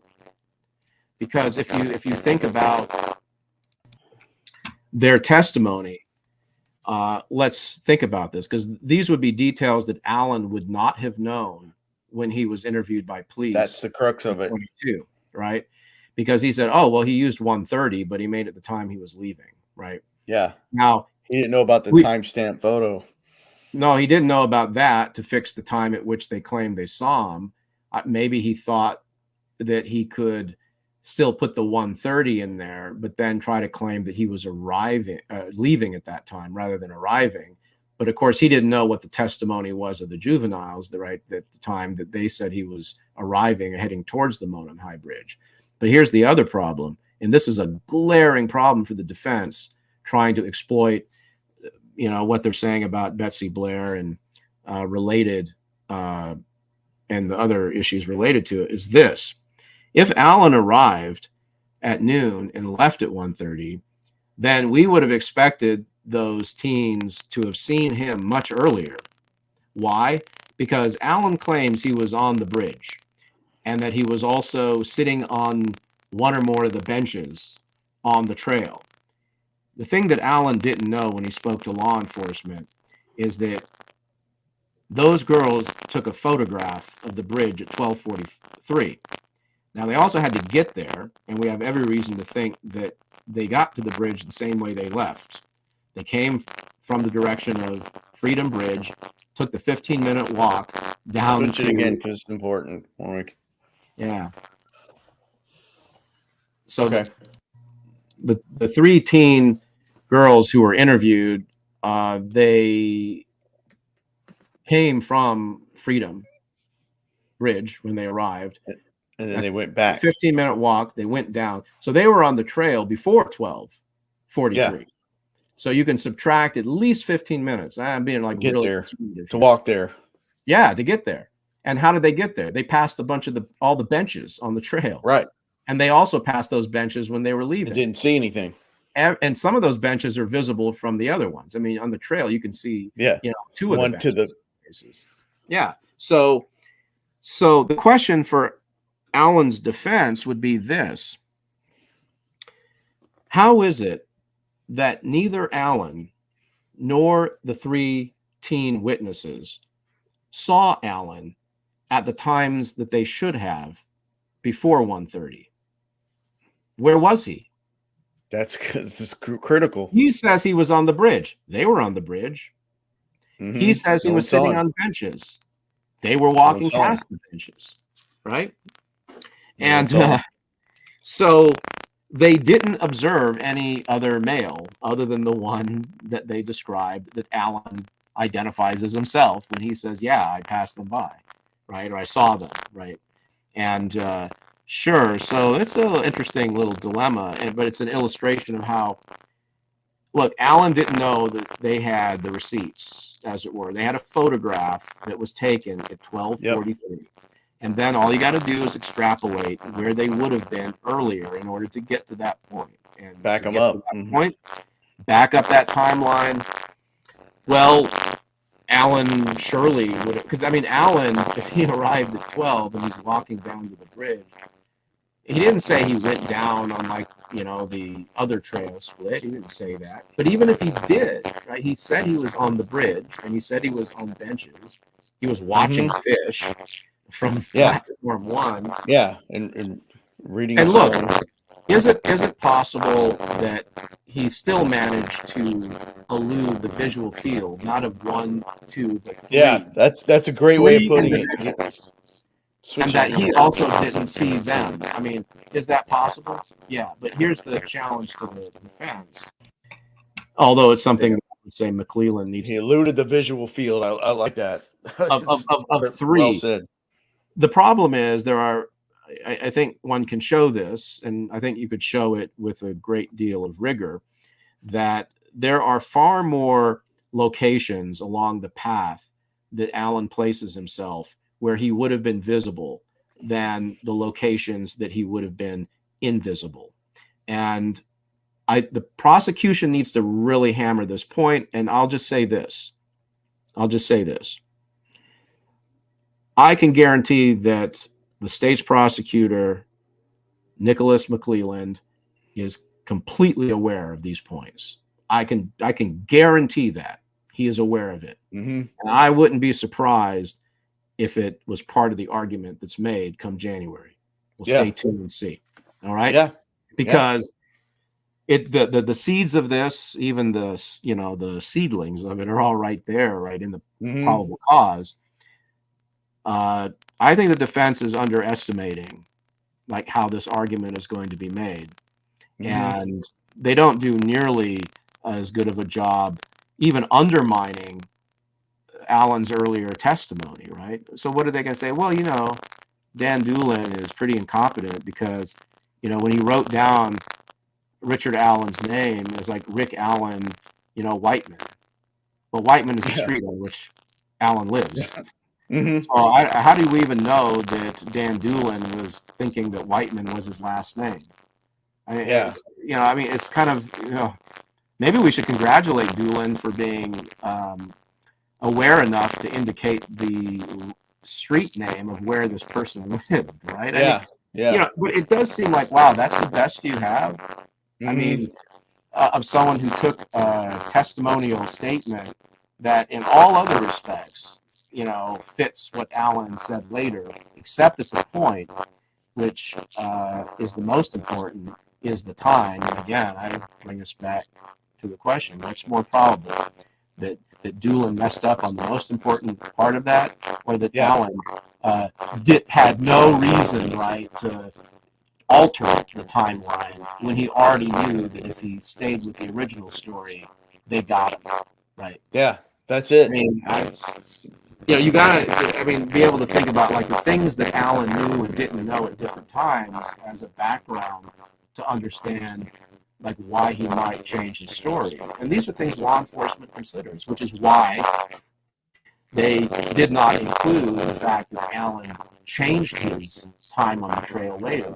In part, they have independent evidence to think that he was bullshitting, right? Yep. And they presented that, right? It's not like they got to rely solely on Allen's testimony. They can use his testimony against them in terms of when he encountered the girls, and he can use their testimony, sort of triangulate that with Betsy Blair, and this is only part. Right? This is only part of the kinds of considerations that they're invoking in probable cause. So what we might ask ourselves, well, what do the defense team, what does the defense team have to say about those three teen girls? Nothing. They say nothing about them in this document. Yeah, conveniently left out. Conveniently left out, and they also conveniently leave out the fact that Betsy Blair at some point said when she was shown the picture, right, of the bridge guy, that's the guy. That's him. Because otherwise, there's a really bizarre scenario, because if they want to claim that the person she's describing looks nothing like Richard Allen, then why did she pick out Bridge Guy? Yeah, because Bridge Guy looks like Allen in the exactly. At least as far as the clothing Allen said he was wearing. That's it right there. So I would say that Betsy Blair refutes what the defense is trying to argue here. And all we need, and I'm sure McClellan will at some point introduce this, to give us a clear idea of how Betsy Blair's testimony evolved over time. I mean, we have some dates here from the defense. I guess we can thank them for that. But, it's just kind of it's odd that the defense is criticizing law enforcement for leaving out what they regard as salient details when that's exactly what they're doing. Yeah, right? I mean, good point. That they're putting a spin on it. So maybe it's a lot of projection psychologically. They're looking at law enforcement like, oh, well, yeah, we know we're like twisting stories and spinning tall tales. Maybe that's what they're doing too. But you got to at least know what's in the PCA if you're going to, make this kind of argument. But I don't know. I mean, did they know? I mean, I don't even know how seriously to take what the defense says, because it just seems really bizarre just trying to assess it from a logical point of view. It's like, at points, like they've gone over the high side into banana land. This is like really wacky. And look, I mean, this is the thing that is really disappointing. There would have been a way to write this that would have been far better if they'd focused on it's too long, number one. Yeah, it's too, and it's a bunch of assertions, right, in need of argument. And at points they have argument, but the arguments are very contentious, right? Yeah. And so one of my criticisms is that either they're just giving assertions and they're not giving arguments, or they're heavily weighted on the facts and the evidence that they think supports the facts, but they're paying very little attention to the inferences that they're drawing from the facts. And when they are engaged in some kind of argument, it's question begging in the sense that they're relying on premises that are at least, if not more, contentious than the conclusion they're trying to derive. And that's a serious breakdown of critical thinking. So what they should have done is focused on part 3 and developed that in greater detail. Develop part 3 with more argument, showing, look, here's what law enforcement has tried to argue in the PCA, and this point, that point, and the other is required for probable cause. And given the totality of the evidence, because that's what they would have to argue, given the totality of the evidence, this matters. It is material, and it bears on whether there should have been probable cause.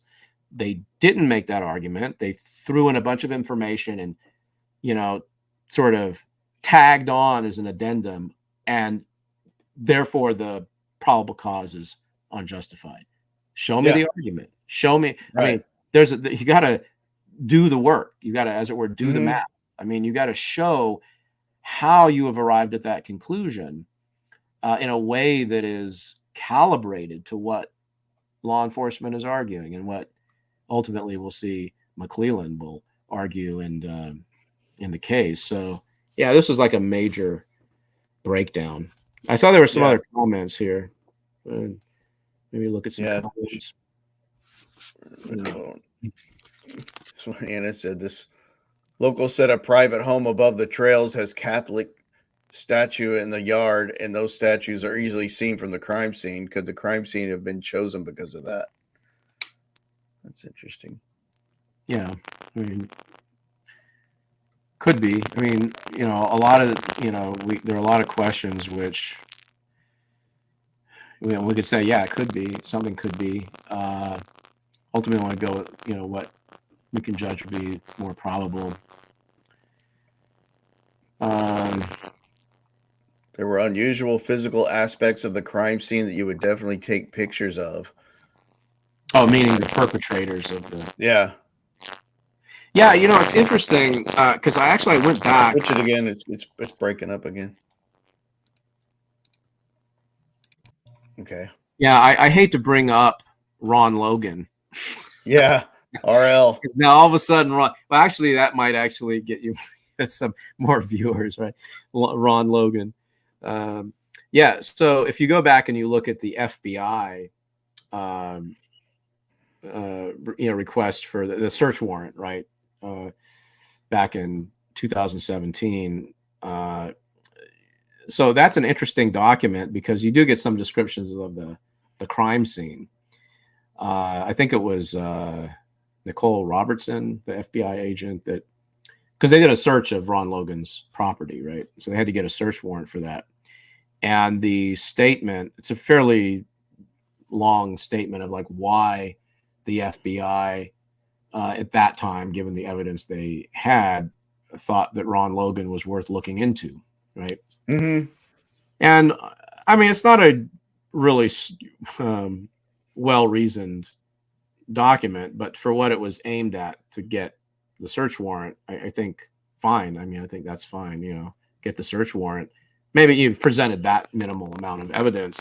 But I thought it was interesting that since the defense is bringing up other FBI agents in this, that if you look at that statement early on, the narrative there, all it says is that it looks like the bodies were staged, and Yeah. and that we would think from this kind of crime that the murderer, singular, by the way, he's underscoring that, it would be likely that this individual would have taken articles of clothing, right, as a souvenir. Yeah. There's nothing there about the, you know, this being a ritual, you know, some sort of, you know, pagan ritual to do a sacrifice. You know, there's none of that there, right? And a lot of the maneuvers in this memorandum, you know, kind of mock and make, you know, sort of chide investigators for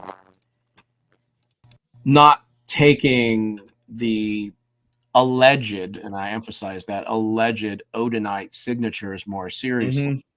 Yeah. And again, you know, they really don't seem to care about like the reasoning of these individuals as to like why they thought it might have been coincidental, because they do indicate that this investigator thought it was coincidental. Yeah, well, it might very well have been. So why don't we talk about that a bit more? And now we're limited at this point because we don't see the actual images, but the other investigators did. And so, yeah, you know, this is just one of the general problems in reasoning. We talk about this a lot in critical thinking. You know, ordinary intuitions about coincidence and meaning are very unreliable, and people tend to see connections and things that don't really have connections, right? And this document constantly uses the words linked and connections, or things being connected. And that's kind of red flag language if we can't move beyond it, because things can be linked. It could mean that there's a correlation, could mean that there's a causal connection. For a lot of their claims, I think there would have to be a causal connection, not merely a correlation. So to argue from correlations to a causal cause and effect relationship, we would need more data, and they don't really get into that. So that's another way where the argumentation is just, it's not up to what it should be. Yeah, so again, this is like really, really weak. Yeah, so Anna's bringing up the point about the collection of the sticks could have fibers. Yeah, I didn't know they collected them 2 weeks later. I didn't think they collected them at all. Yeah, I mean, we have photos, so we can at least say something about, like the cut, arranged. The thing about how they were cut and how they were positioned. But yeah, Anna's raising a good point. I mean, look, for a long time, I was critical of different parts of this investigation. I still am. I mean, I think that there were mistakes made, and that's fair. But it's important that, you know, we not overreach on that, because it was, you know, I was going back actually last night and watching all the original news broadcasts, the local news broadcasts, to kind of get the timing of different things that were released to the public. And it's clear that this was a really tough case for law enforcement, and even you know, FBI. Yeah, and you know, got to be somewhat empathetic to the situation investigators were in. And I don't think the defense really exhibits any of that, because look, there were lots of persons of interest throughout 5 years. Oh yeah, nations. People are, eliminated for different reasons, and I know that they say, well, Switch it again. one of the suspects, I won't mention even the first name of the individual. Yeah. One of the suspects that the defense is proposing allegedly was ruled out because the person had an alibi.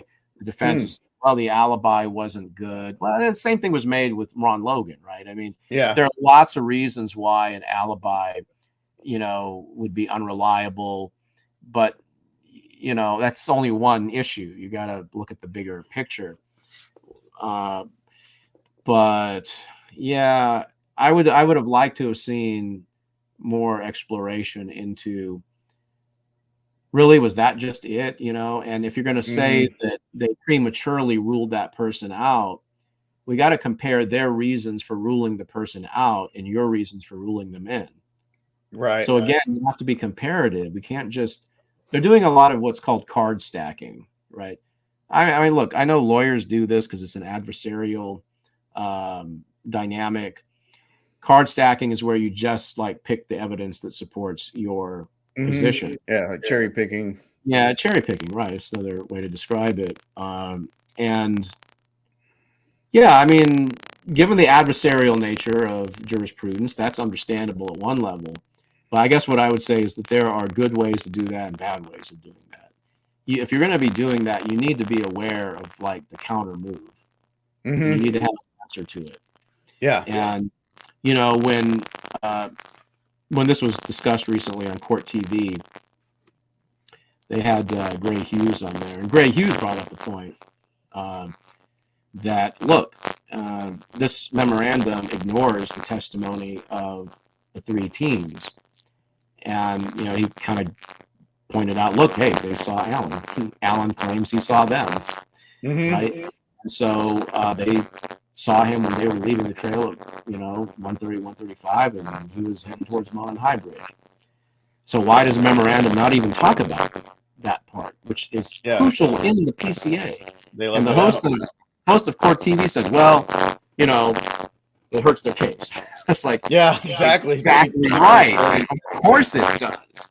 So but if you're going to go into court and not be able to respond, you gotta don't let the prosecution dictate the terms on that. That's why it's just not a good defense. You got to be ready to say something. That's otherwise, Nicholas McClellan may very well point out to the judge here that, well, they omitted the testimony of the three teams, which, as you can see in the PCA, was an essential part of our reasoning, and it provided, in our view, independent support for the claim that Alan was the person that Betsy Blair saw. And oh, by the way, Judge, we showed her the picture of the bridge guy, and she said that was the guy she saw.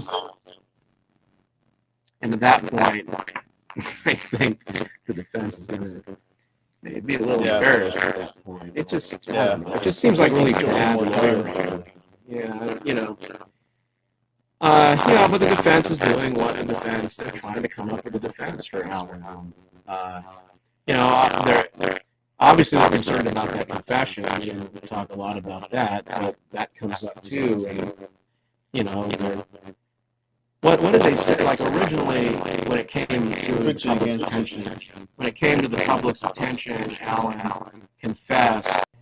Originally, we didn't have a lot of the details on that, right?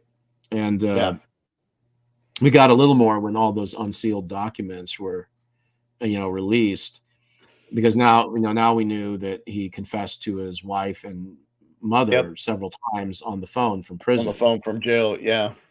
So the original story the defense gave to try to address this was, well, he's suffering from physical and mental problems because he wasn't eating and being. I mean, that doesn't quite work. Obviously, because that was part of their motion to transfer him, and the judge shot that down.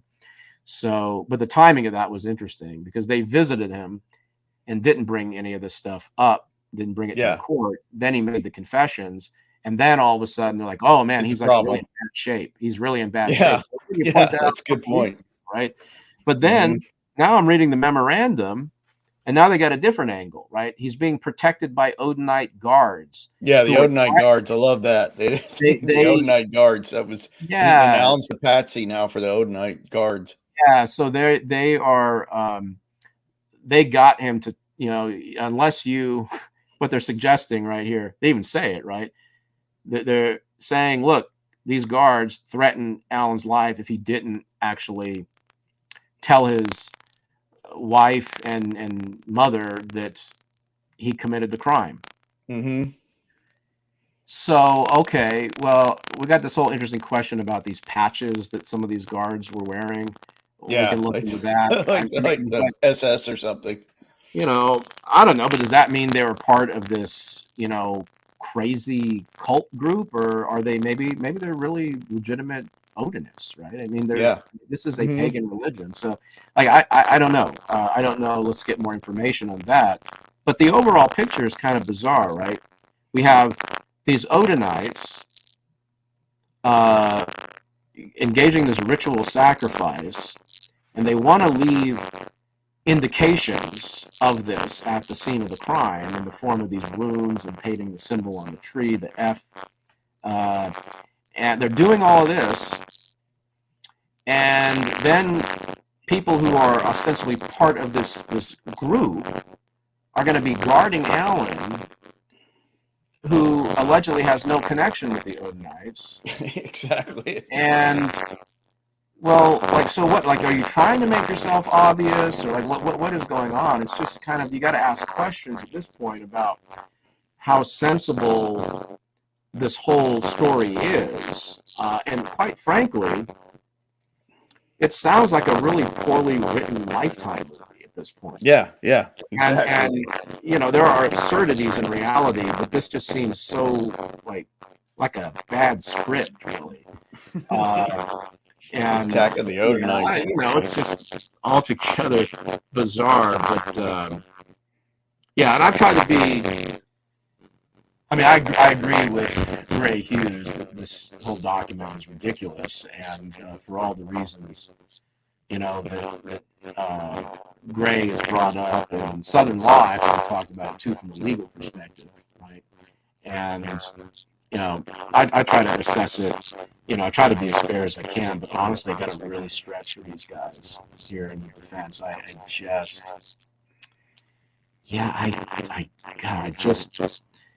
it's when an AI has to point out how terrible something is, yeah, you got problems. It's bad. Right? I mean, you got problems, and yeah. So look, I mean, they may get this hearing. I don't think they. Well, I don't know. I could go either way. I said 50-50 on that. I can't see them succeeding.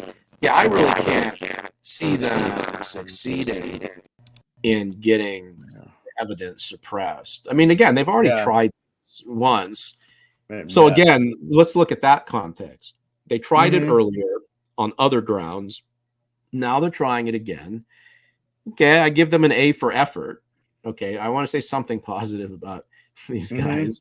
I give them an A for effort, but yeah, this looks like a really poorly written document. Not even sure if one person, they may have had multiple people working like different parts of it, but I would have really focused on what they say in part 3 and, enlarged that space between what they're asserting and the conclusion that they want. Well, that very wide space, I would have filled that inflated space with steps of reasoning to make their conclusion more persuasive. Because otherwise it looks like they're just, they're leaping over the part that, they need to make a smooth transition to that conclusion. And apparently Alan's criminal history doesn't really have one. Yeah, that's what, like, if you saw the debate I had with Druser about Don Chaney, at the end he says, well, what's Don Chaney's criminal history that I knew of? I said, none. Neither did BTK. Had no criminal history whatsoever. So, it is what it is. But no, Alan did not. I think they said he had a few speeding tickets for 15 years, but nothing. So, Bill's actually, so it's an interesting question Bill's bringing up, because This was a point made by Alan's defense in their response to the probable cause last year, right, at the end of last year. They brought up the point, hey, this guy has no criminal history. So, I mean, that's a relevant consideration. For example, if you're trying to figure out, prior to looking at any of the evidence in this case, what's the initial probability that he is guilty? Of course, again, guilty of, right, felony murder here. But sure, so if you're looking at statistics on this, yeah, I think there you'd say, if that were the only thing we were considering, very low probability, right, given that in the vast majority of cases, there is some kind of criminal history.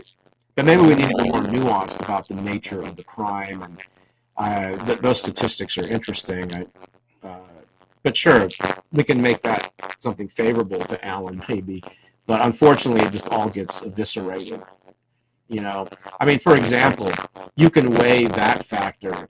That let's just say that the statistics favor that it's antecedently improbable that Alan kidnapped the girls, right, at gunpoint. Let's just give that to him.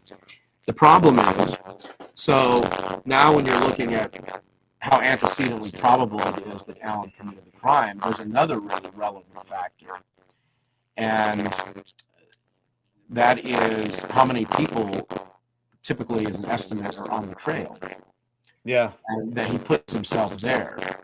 So this is what's known as an opportunity prior, that you can set the initial probability of somebody committing a crime by taking the estimate of the people that would traffic that area in the time frame on a particular day or whatever.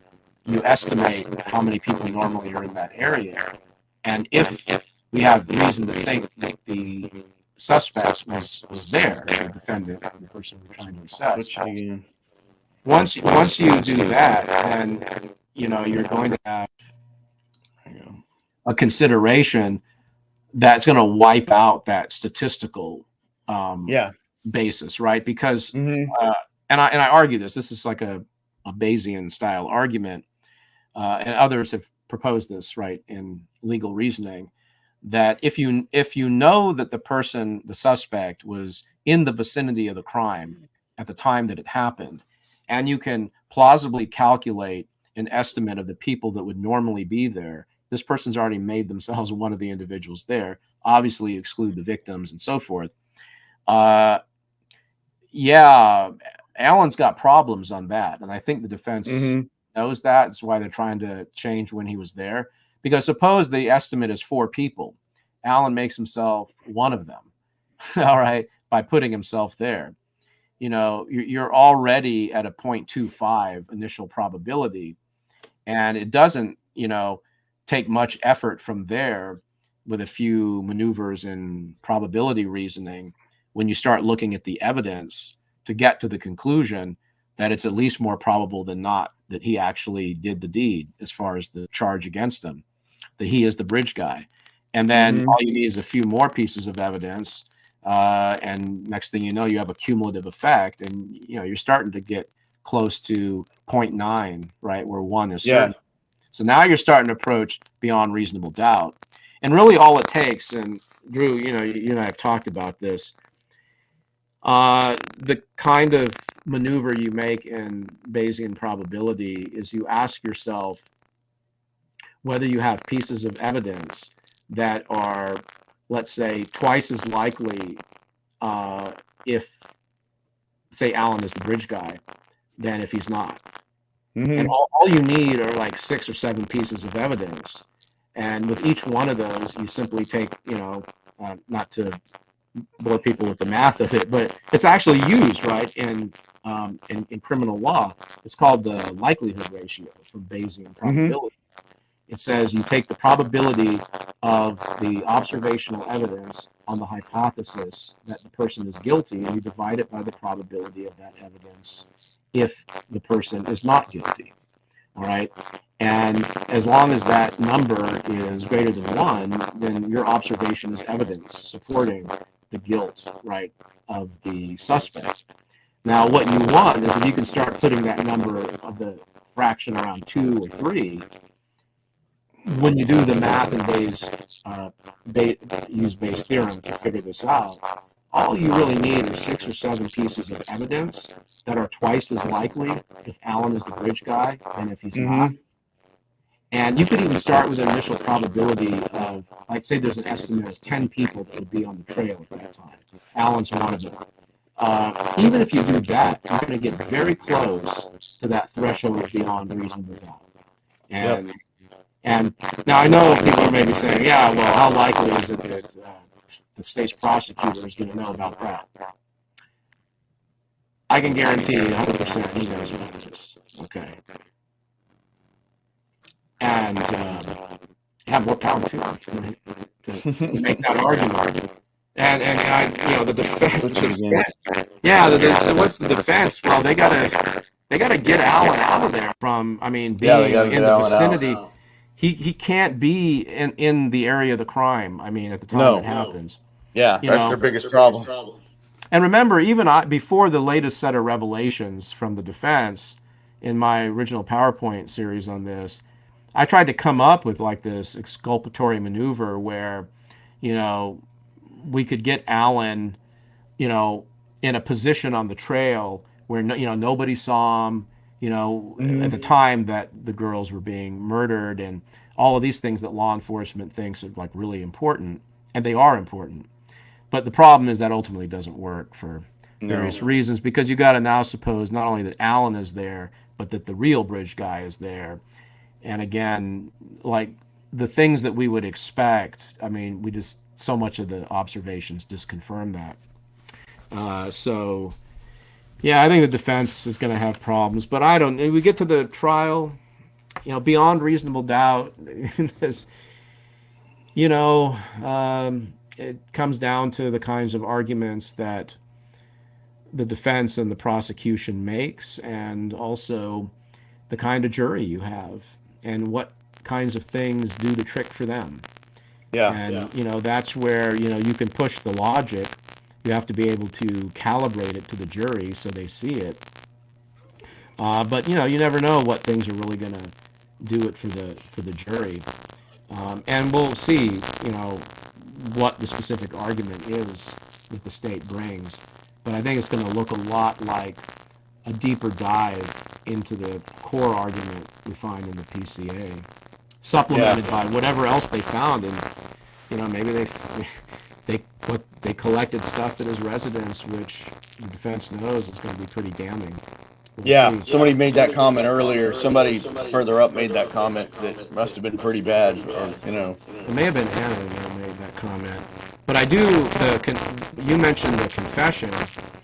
So, the lawyer, the law tutors have been discussing whether if they succeeded in getting the evidence collected as a result of the search warrant suppressed, would this also not justify suppressing Allen's confession?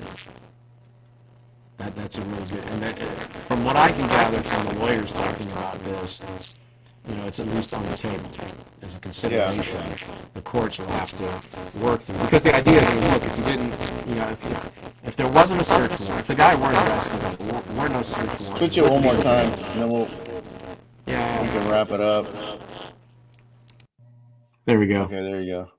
Yeah. So, if there's no grounds for the search warrant, no grounds for the arrest, he wouldn't be in jail, and he wouldn't have made the confession, right? Jail. That'd be the way they would get the confession thrown out.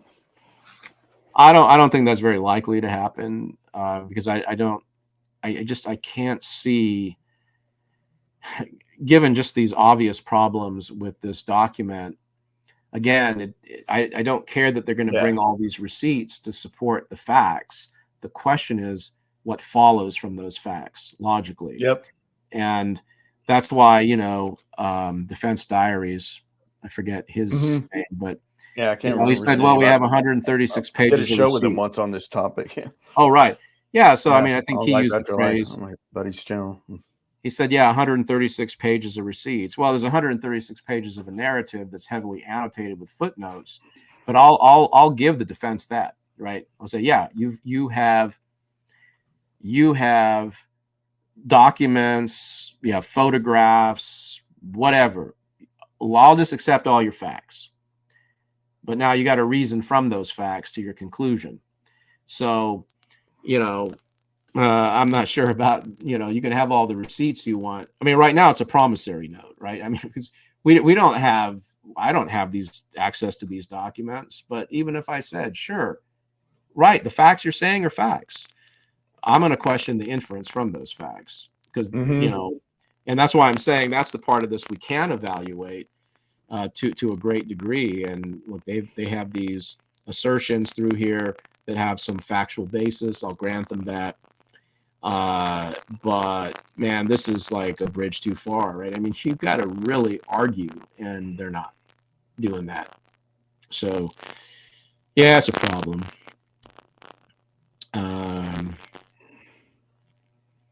Yeah, RA responsible from the beginning. Yeah. Well, I mean, Mark, that was when I looked at the PCA. I thought, well, they got a pretty good case here. Yeah. And honestly, I don't think like the muddy, bloody guy. Yeah, I don't think that's all that important. I know the defense makes a big deal about that. I don't think that's essential to the probable cause when you look at the whole narrative. Yeah, the discrepancies in the description of the vehicles. Yeah. Yeah. I mean, it's the same thing like fair game. Same thing with physical descriptions. Only there, people are driving past something. I would expect even less reliability. But then also the unspent round. Right, Yeah. that you mentioned earlier on. I was always under the impression when I was looking at the way the law enforcement was making the argument for probable cause that was significant because it ties on. It's just another tie-in to the crime. And given that we know that the bridge guy, or at any rate, there's good evidence that the bridge guy pulled a gun on the girls. It's going to be in the audio. Well, yeah, it is, supposedly, according to the statements of some of the other court documents. So it allows us to kind of continue through with the felony murder all the way up to the scene of the crime. I mean, it wouldn't surprise me if he also was the direct cause of the death. The reasons that the defense presents that he couldn't be one person. Switch it again. And certainly couldn't be, a guy of Alan's height and so forth is just ridiculous. Yeah. Well, the creek is 3 feet deep. Well, yeah, in that one area, but it's like take like 15 yards the other direction. You can get across it. It's not an issue. Yeah, Scott. Yeah, I guess that there's no evidence that he actually shot them. In fact, the controlled them with a gun. Yeah, it was used as a control device, right? I mean, people can. You'd be amazed at how compliant people become when they have a gun pointed at them, right? And yes, and there's no evidence that they were shot by a gun. Yeah, and it makes that's not even in the wider body of court documents, and it wasn't even in the FBI's account of the crime scene where they said they were killed with a sharp object, right? And that's also repeated in the more recent documents. So, yeah, it looks like it was used to control them. Yeah. Wow, it's an interesting case. And no, thanks for breaking it down. Sorry, we had a little trouble with the audio, but we'll get it fixed for next time. Yeah.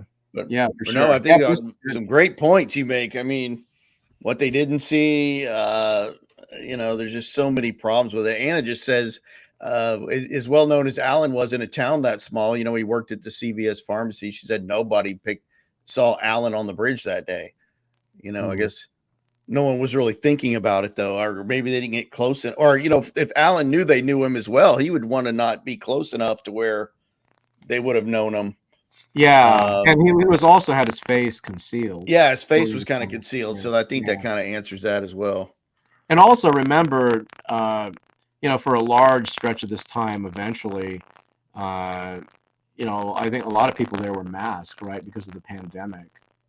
Gives them some additional cover. But yeah, I agree with. Thanks, Anna. I appreciate it.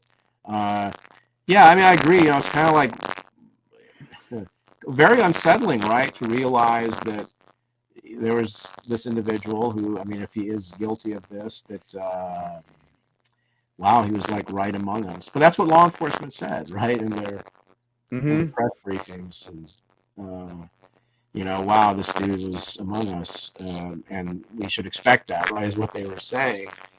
But yeah, at the CVS and all of that, wow, small town. Yeah, so it's disturbing for sure. Yeah, very hiding in disturbing. plain sight. Right. But yeah, this has been great. We'll do it again. And sorry about the audio. Definitely. I don't know what's going on with the audio because we'll figure it out. I'll do some research. I'm curious about StreamYard, like maybe how it's interacting with my browser because I'm using Firefox. Yeah, it could be a browser thing. Because I did get a little thing under the settings saying, well, certain things are optimized or whatever, but the alternative would have been Safari, which is terrible. So yeah, I don't know. Maybe it would. Yeah, we'll figure it out. Yeah. Okay. Yeah. Good thing. I mean, I can hang here for a minute if you want to. Once you go off live, or do you want to close, or I don't know how you want to do it. Thanks. Must be getting late there, right? Yeah, getting a little late. But no, it's been great, man. Thanks for coming on, and we'll do it again soon. And we'll do a Zodiac show soon with you because I know you know Zodiac well. As that's how we met. Was doing Zodiac stuff. So we definitely want to do that at some point.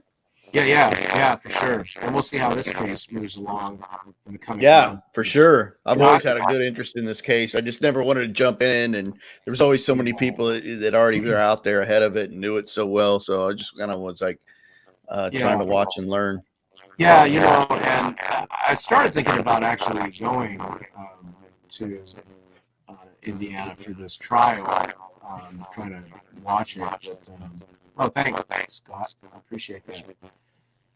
Felony, my philosophical work. Yeah, thanks, Scott. Appreciate it. Yeah, I'm kind of concerned we're not going to be able to get to see the receipts. Yeah. And we don't know what's going to be televised. It's like unlikely to be a delay. But I don't know. That's yet another thing the judge has to figure out. Thanks, Fasting. But I really do want to be able to go over the interview transcripts and all of that because, the devil is really in the details in a lot of that. And to settle some of these issues, we should really look at that.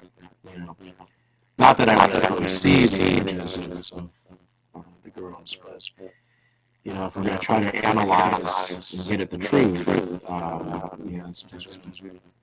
Yeah, good point. Yeah. All right, cool. Thanks for coming on, man. We'll do it again. Yeah, sure. Yeah, we'll do it again. All right, cool. Take care. All right.